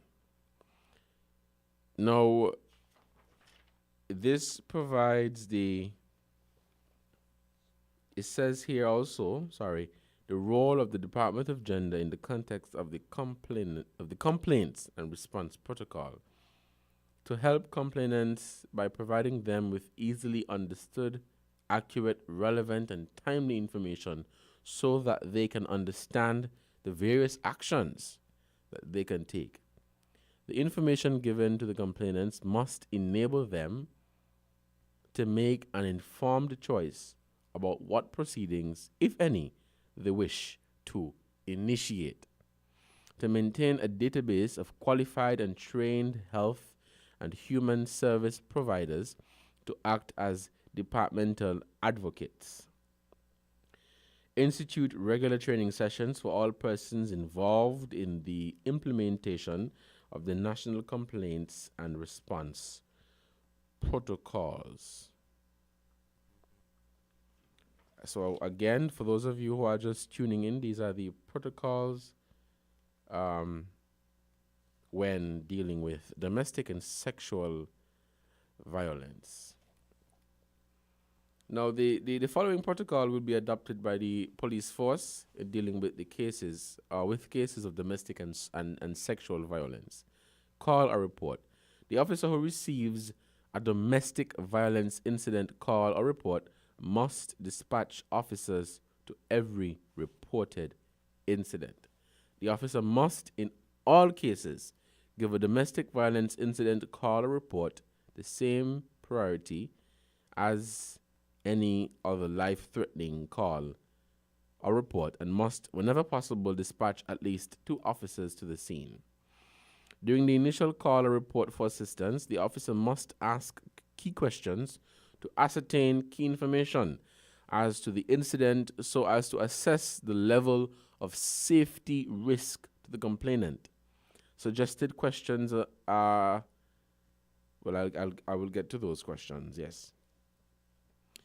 The safety of domestic violence complainants, whether the threat of violence is immediate or remote, ought to be the primary concern of police officers. If a 911 call is made, the 911 call taker must advise the complainant to ensure his or her safety.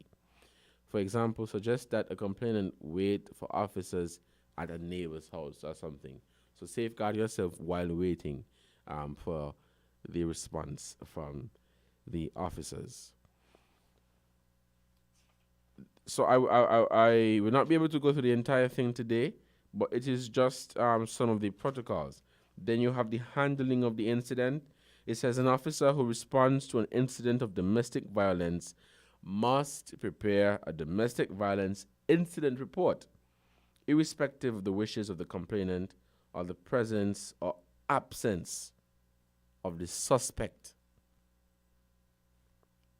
The officer must interview the complainant, the suspect, children, roommates, or any available witnesses. In terms of the investigation of the domestic violence cases, officers arriving at the scene must conduct a thorough investigation and submit reports of all incidents of violence and all crimes related to domestic violence. Officers must at all times furnish complainants with the phone number for the agency department providing the assistance to the complainants, the names and phone numbers of shelters or counseling centers, and state that domestic violence or any assault by any person who is known to the complainant or who is the spouse of the complainant is a crime. Then you're going to have the follow-up investigation.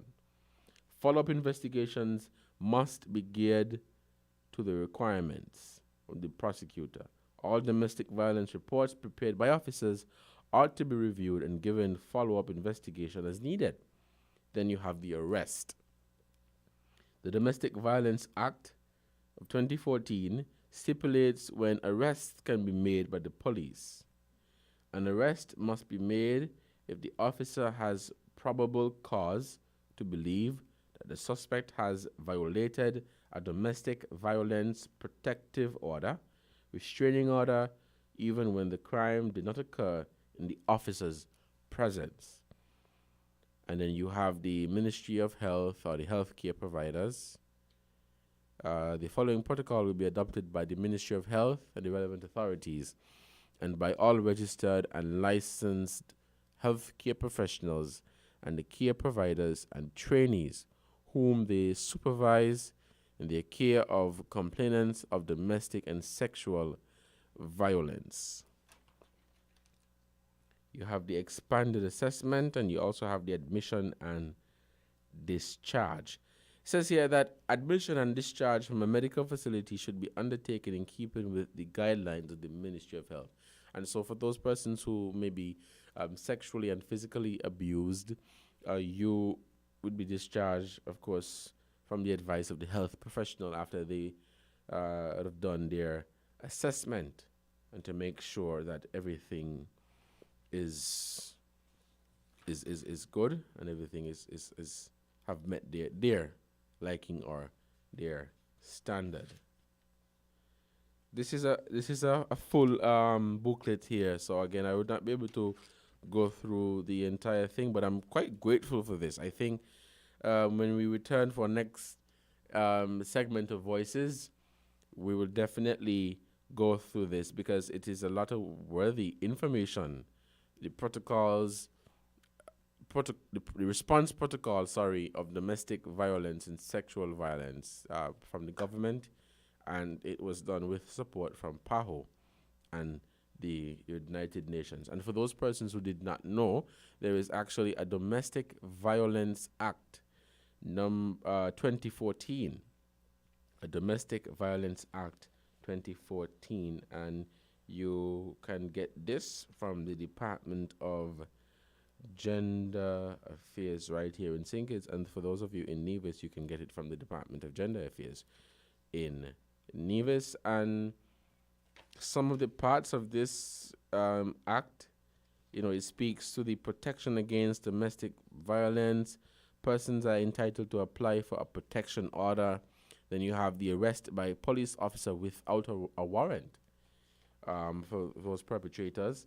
You have the power of the court to issue interim protection order, the terms of the prosecution order, and so it lists and explains all of these matters to be considered by the court, and all of these. You have the power to issue final protection order. So for those persons who are listening, if you are interested in acquiring more information about the Domestic Violence Act, you can get that from the Department of Gender. And of course, when we return for another edition of Voices, I will head deeper into this discussion. It is a worthy discussion, and it is something that we really need to talk about. Now, earlier today, I had an interview or a discussion with a young man who is protesting against sexual abuse, sexual violence against women and children. And I'll just go through a short profile of the young man. His name is Dissel Hamilton. He's from St. Kitts and Nevis. He lived most of his life in St. Kitts, and his adult life in Nevis. He says, although his life and career have taken him into the field of hospitality and tourism, even though he was interested in being a doctor when he was younger, it still maintains his desire to help those around him. Dissel has always had a fiery personality and a sharp mind, demonstrating excellence throughout his educational journey. Many of his early report cards were coined with the same expression by teachers: "He talks too much." Dissel is no stranger to the community work, as he was an active pathfinder and a youth leader in the Seventh-day Adventist Church for some time. Mr. Hamilton is no stranger to the public eye, as he was also the 2016-2017 winner of both the Mr. Cole and Mr. GQ competitions and a finalist in the 2018 Culturama Senior Calypso Monarch. Dissel believes that our society is too focused on saying rather than doing. Throughout his life, he has seen, heard, and experienced the pain and suffering that accompanies sexual assault and domestic violence, and how our local system has failed to provide justice for many victims, while society shames and degrades them. He believes that once we strengthen the integrity of the system and encourage society to support victims, we can create a stronger society that has significantly reduced mental and social ills. We have directly and inadvertently protected the perpetrators of these crimes for far too long, and we have to make a change now. This is Dissel Hamilton he resides in Nevis, and I had a very interesting and very fruitful discussion with him earlier today about the reason why he's speaking out against sexual abuse among women and children. It is a topic that he is quite passionate about, and we're now going to listen to this interview that I conducted this morning with him. So I'll just ask my engineer here to play that interview, and I would want those persons to listen carefully and attentively. I find that persons tend to shy away from this discussion, but Dissel is quite passionate about this, and it is something that he really wanted to speak about, and of course for the authorities, the relevant authorities, the powers that be, to listen and hope that there will be a change. Listen to this interview. What caused you to speak out against sexual abuse among women and children? Well, sexual abuse is a problem in our society, and I've always been very vocal, not necessarily about sexual abuse alone, but with the social ills that we have in society. I use social media as a platform. I have my Facebook account where I speak on different issues, whether it be about sexual abuse, whether it be about domestic violence, whether it's about like male and female relationships, toxicity, stuff like that. So anything that's really happening in the society, I usually have an opinion about it. So being vocal about these issues is something that I've always done. Maybe not in the capacity as standing outside with a placard at the government institution, but I've always been very vocal about things like this. Recently, in August, I was invited to co-host the legendary show with the Honorable Cleon Stapleton Simmons, and that was because she saw a video posting by me on my social media platform, She Talks, and I was talking about, I was trying to find a fun and interesting way to bring my opinion over to the public about different things. I think it was about relationships at the time, and she liked the vibe, and she explained what she wanted to do with her program, and she invited me to co-host with it. And Legendary is really about trying to bring about social change. Here in St. Kitts and Nevis, to change the mindset that some people have here, because the majority of it is very toxic, and a lot of this stems from a lot of unresolved childhood issues, abuse the same way, whether it be sexual or domestic or otherwise. So there are a lot of ills that I really feel passionate about addressing, and I've been a lot more vocal now as an adult as maybe I would have been maybe 5 or 10 years ago, but I've always had this activism part of me for as long as I can remember.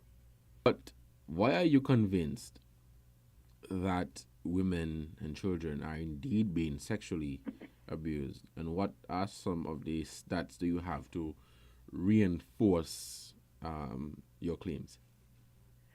Well, it's not an if and or but about it. Women and children are being sexually abused in our society. There's no doubt or no question about it. There are various cases filed. We have the DPP office that prosecutes these cases. You have community shushu, as we call it. So everybody I know knows at least one person who has been sexually assaulted, who they are friends with. And it goes unsaid in a sense, but at the same time, everybody knows, because when somebody comes out publicly, like one of the recent cases that we have now, everybody is talking about, well, people used to always say so. And for me, it's like, what do you mean people used to always say so? Because if people have always been talking about it, then why hasn't it been addressed? Why hasn't the offender been brought to justice? Why the victim, after all these years, have to be bringing their business to the public to get help? And that is because the systems that we have in place aren't working properly and aren't bringing justice for our people. When you look at, if you want to talk about statistics, we have UNICEF that does studies into the Caribbean and different places, not just St. Kitts and Nevis. And there are studies, there was one back in 2010 talking about child sexual abuse, and St. Kitts was one of the places, Anguilla, Barbados, Dominica, and Grenada and Montserrat that participated in this study. The objective was to increase the understanding of the perceptions and behavior associated with child sex abuse, incest, and the other cultural contexts in the Eastern Caribbean region, and to make recommendations for the development of relevant policy and protocols and planning. So these things are happening in our society. There are various places researching into these things. UNICEF is one of the major places that does that. There are publications on St. Kitts and Nevis alone. There are publications on the region. There are different Caribbean organizations working in and around the globe to create protective legislation for child abuse victims and domestic violence victims. There is this one, what do you call it again, NGO organization that's based in Trinidad. And very recently, because a sexual registry legislation is something that I believe can have some really good impact here in the country, they've spoken out about it. Let me just give you the name of the place. It's the Caribbean Committee Against Sex Crime, and it's based in Trinidad and Tobago, and their goal is to get a regional sex offenders registry made in the Caribbean in collaboration with the United States of America. So these things are happening. Great. Now, I recently saw a post made by you which says in the opening line, standing in solidarity, hoping to be a spark. You will be protesting for the next 4 weeks at 10 a.m. on Thursdays outside the office of the Premier. What do you intend to receive from this, from protesting? Okay, well, my goal for this movement is to inspire more people to action. And I think one of the reasons that we don't pay much mind to domestic violence and sexual abuse in St. Kitts and Nevis is because of the see and don't tell mentality that we have, and there isn't much outrage from the public in regards to it. I spoke to you earlier about the UNICEF and, some of the things that they've said and the research that they've done about sexual offenses in the Caribbean. And one of the things that they noted is that there's a lack of collective outrage by the community in our jurisdictions. So we need to show the persons who are in charge that we as a society will not stand anymore for the silence that goes on around these cases, for the protection of these perpetrators, and for the shaming and blaming of victims. We just cannot. And even though people are saying it here and there, they might make a social media post today or tomorrow. It's sensationalized for 2 or 3 days, and then when it comes to civic responsibility, which is, persons being part of the political process in, putting pressure on their representatives to make laws and to make sure that our structures work for our people. That doesn't happen. So me, I'm a person who's always, I would say, I guess I don't have I have a don't care mentality. If I see something and I know it's right, I'm gonna go for it. I've learned throughout my life that sitting in the background, just waiting for things to happen, never works. Silence never works. We have a society that's gonna tell you, don't speak out because you never know, and this person gonna sabotage you, or this person gonna do something that's gonna prevent you from getting this opportunity here, this opportunity there. But a lot of the times you don't do, and you still don't get through. So might as well you put yourself out there and you make some kind of change, because if we don't take an active part in civic responsibility, then all of these crimes are going to go unheard of. Yes, and I must, I wholeheartedly agree with you. You have a situation where whenever these things occur, persons don't really speak about it. And if we do, there's a little shushu now and then, probably by the bar on the road or somewhere in Charleston or somewhere in Basti, you hear about it. But there is never a collective response, indeed, from the community to speak out against sexual abuse among our women, among our children, among men, among boys. It's a very delicate and touchy topic, let me say, and so persons tend to shy away from it. But what I would ask you, Disil, for those persons, or to those persons who are being sexually and physically abused, what would you say to them? Because you said you're standing in solidarity, but apart from protesting and hoping for a sex offenders registry, what would you say to those persons who are being sexually and physically abused?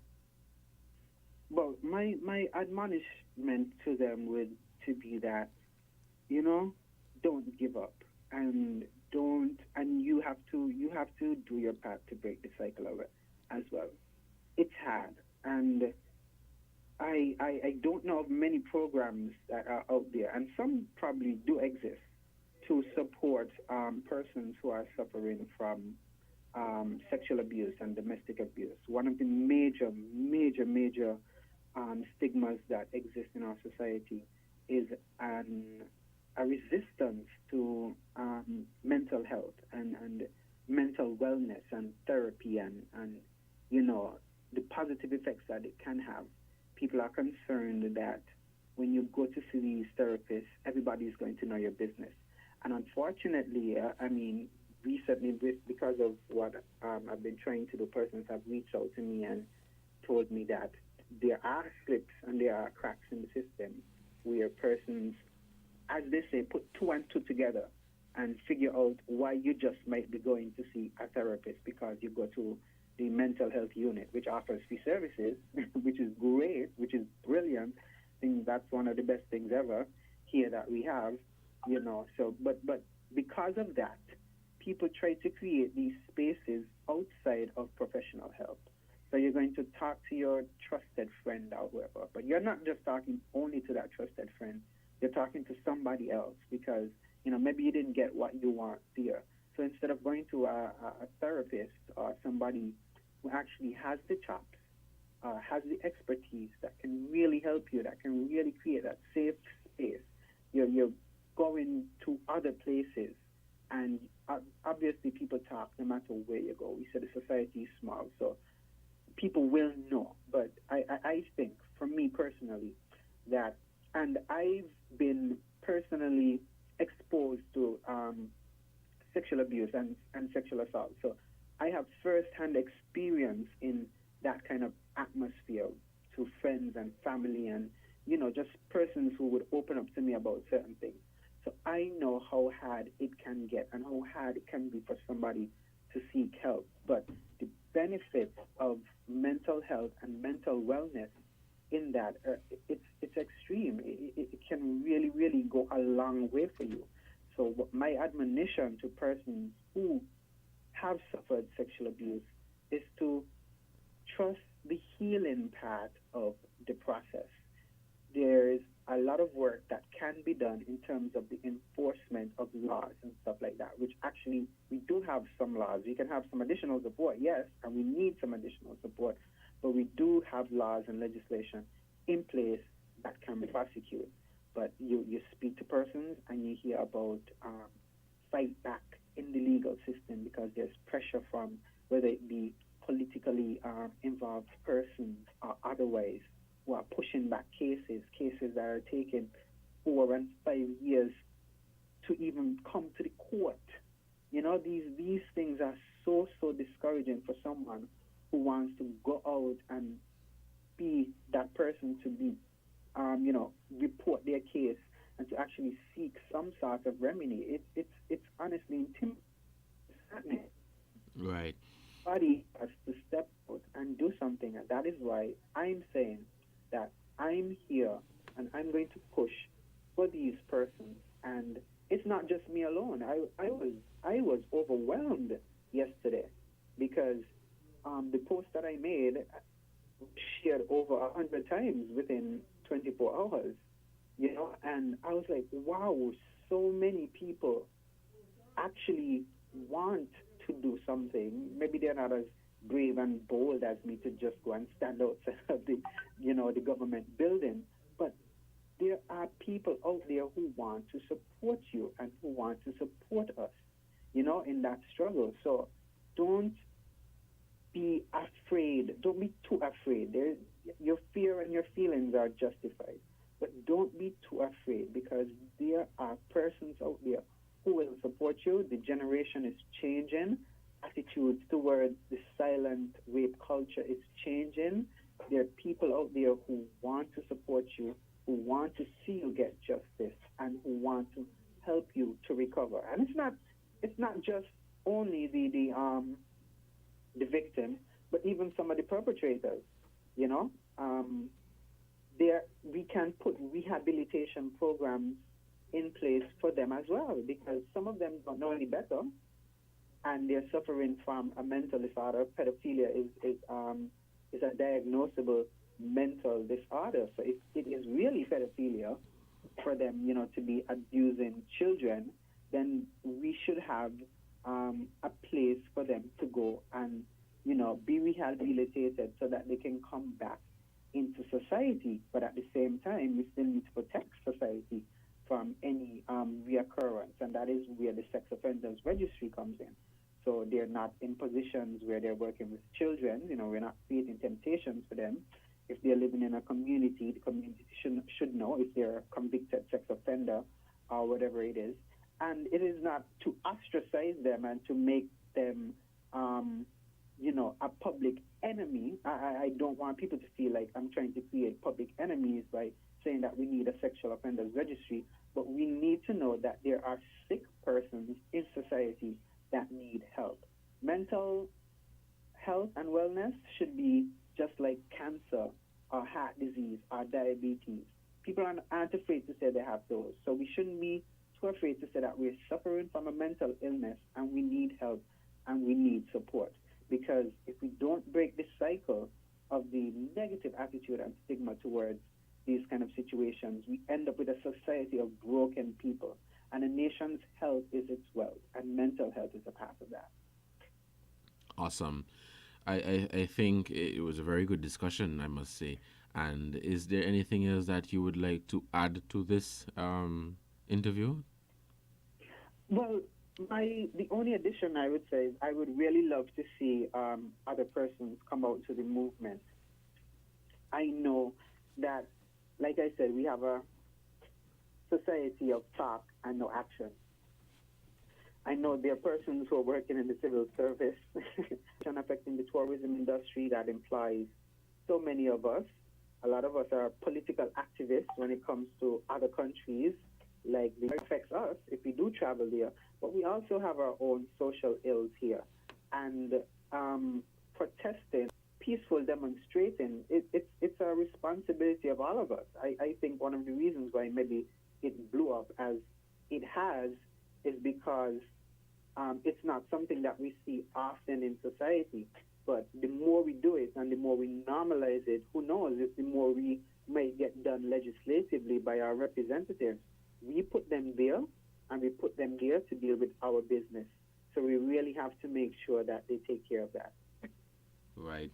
Thank you so much, Disil, for this, and I wish you all the best with the protest that you're doing. If I wasn't working on Thursdays, I would have definitely joined you, and I hope that you get more persons to join you. Of course, not for likes and for fame. Good agenda, in getting a sex offenders registry and fighting for, and of course standing in solidarity with women and children who are being sexually abused and of course physically abused.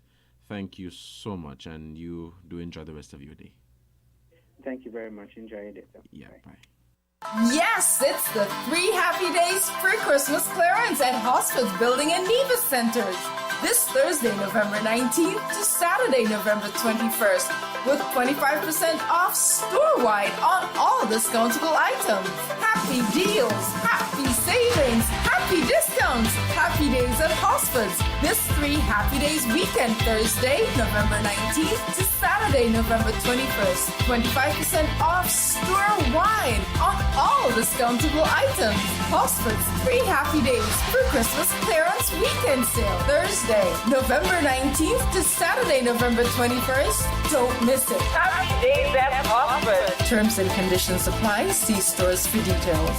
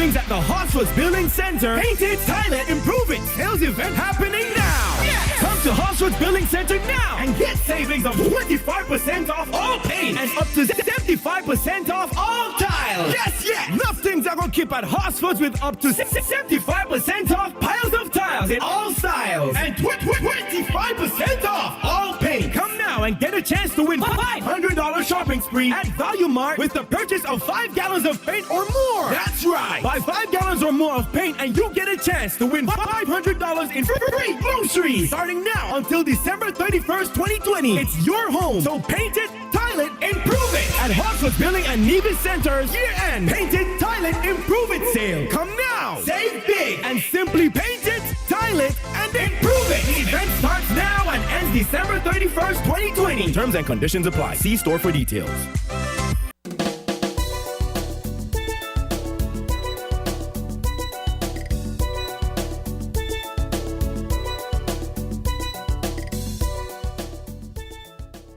Yes, good afternoon and welcome back to Voices. It's a bit late, but we are going to continue our discussion here today.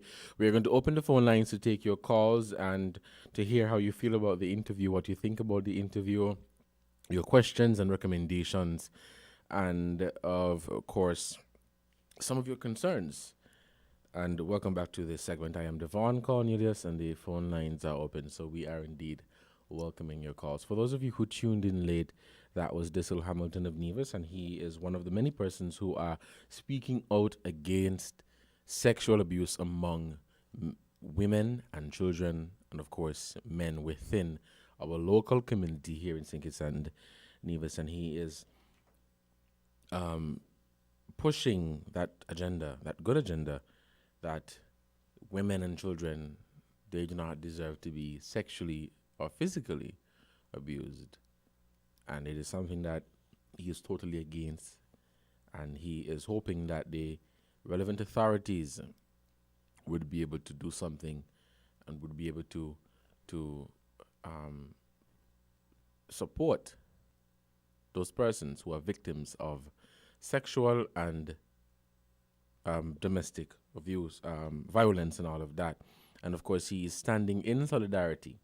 He is standing in solidarity with those persons who were abused physically, whether it be by their partner, a family friend, someone related to them, or somebody completely, a stranger, a complete stranger.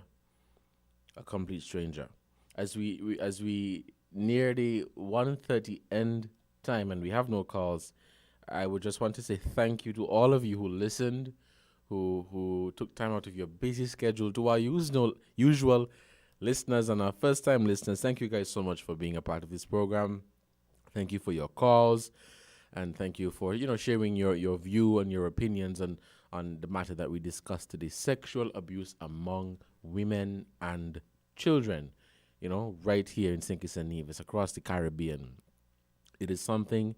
It's happening. And we cannot turn a blind eye to it. And I hope that the relevant authorities would not turn a blind eye to it, because many women and girls and children and boys and men are being physically abused, sexually abused. But we want to let them know that somebody is out there listening to them. As we observed International Men's Day yesterday, we celebrated this day. There was an address by the Minister of Social Development and Gender Affairs here in St. Kitts, and the junior minister in the Nevis Island administration, the Honorable Hazel Brandy Williams. She delivered an address in her capacity as the Health and Gender Affairs Minister in the Nevis government. So it was a really good program, and this is part one. Let me say that this is part one of this show, of this program, sexual abuse among women and children right here in St. Kitts and Nevis. And we thank you guys so much for being a part of this program. I want to say a pleasant afternoon to all of you. It's a good Friday. Give thanks for life. Give thanks for life. Every day you wake up, give thanks for life. And continue to do your part in making St. Kitts and Nevis a better place. Continue to do your part in making St. Kitts and Nevis a better place. I mean, there are good people out there. There are bad people out there. There are all kinds of people out there. But in all that you do, give thanks. Give thanks for life. It was a very good discussion, and I look forward to continuing this discussion next week when we return for another segment of Voices right here on 1FM 98.9. Again, thank you guys so much for listening. Thank you guys so much for being a part of this program. I think programs like these are needed and should not just be once in a while or whenever something happens. You know, it needs to be regular to let people know, let the men know that they should not abuse, whether it be physically or sexually, their women, and let women know they should not do the same. And so programs like these should be regular, not just here on 1FM, but in other platforms. You don't have to own a radio station, or you don't have to work in a radio station to speak about these things. We have social media. We have Facebook. We have WhatsApp. We have Facebook, and we have WhatsApp.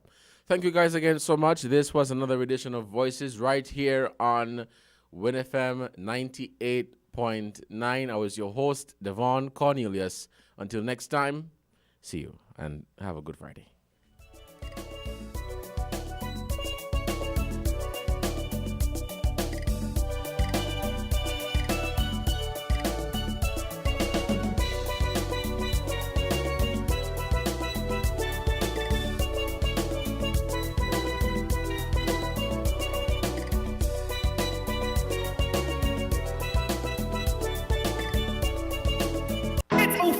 Friday, December 18th and Saturday, December 19th are VAT Days. But you can come today and get pre-approved credit for VAT Day. Save some of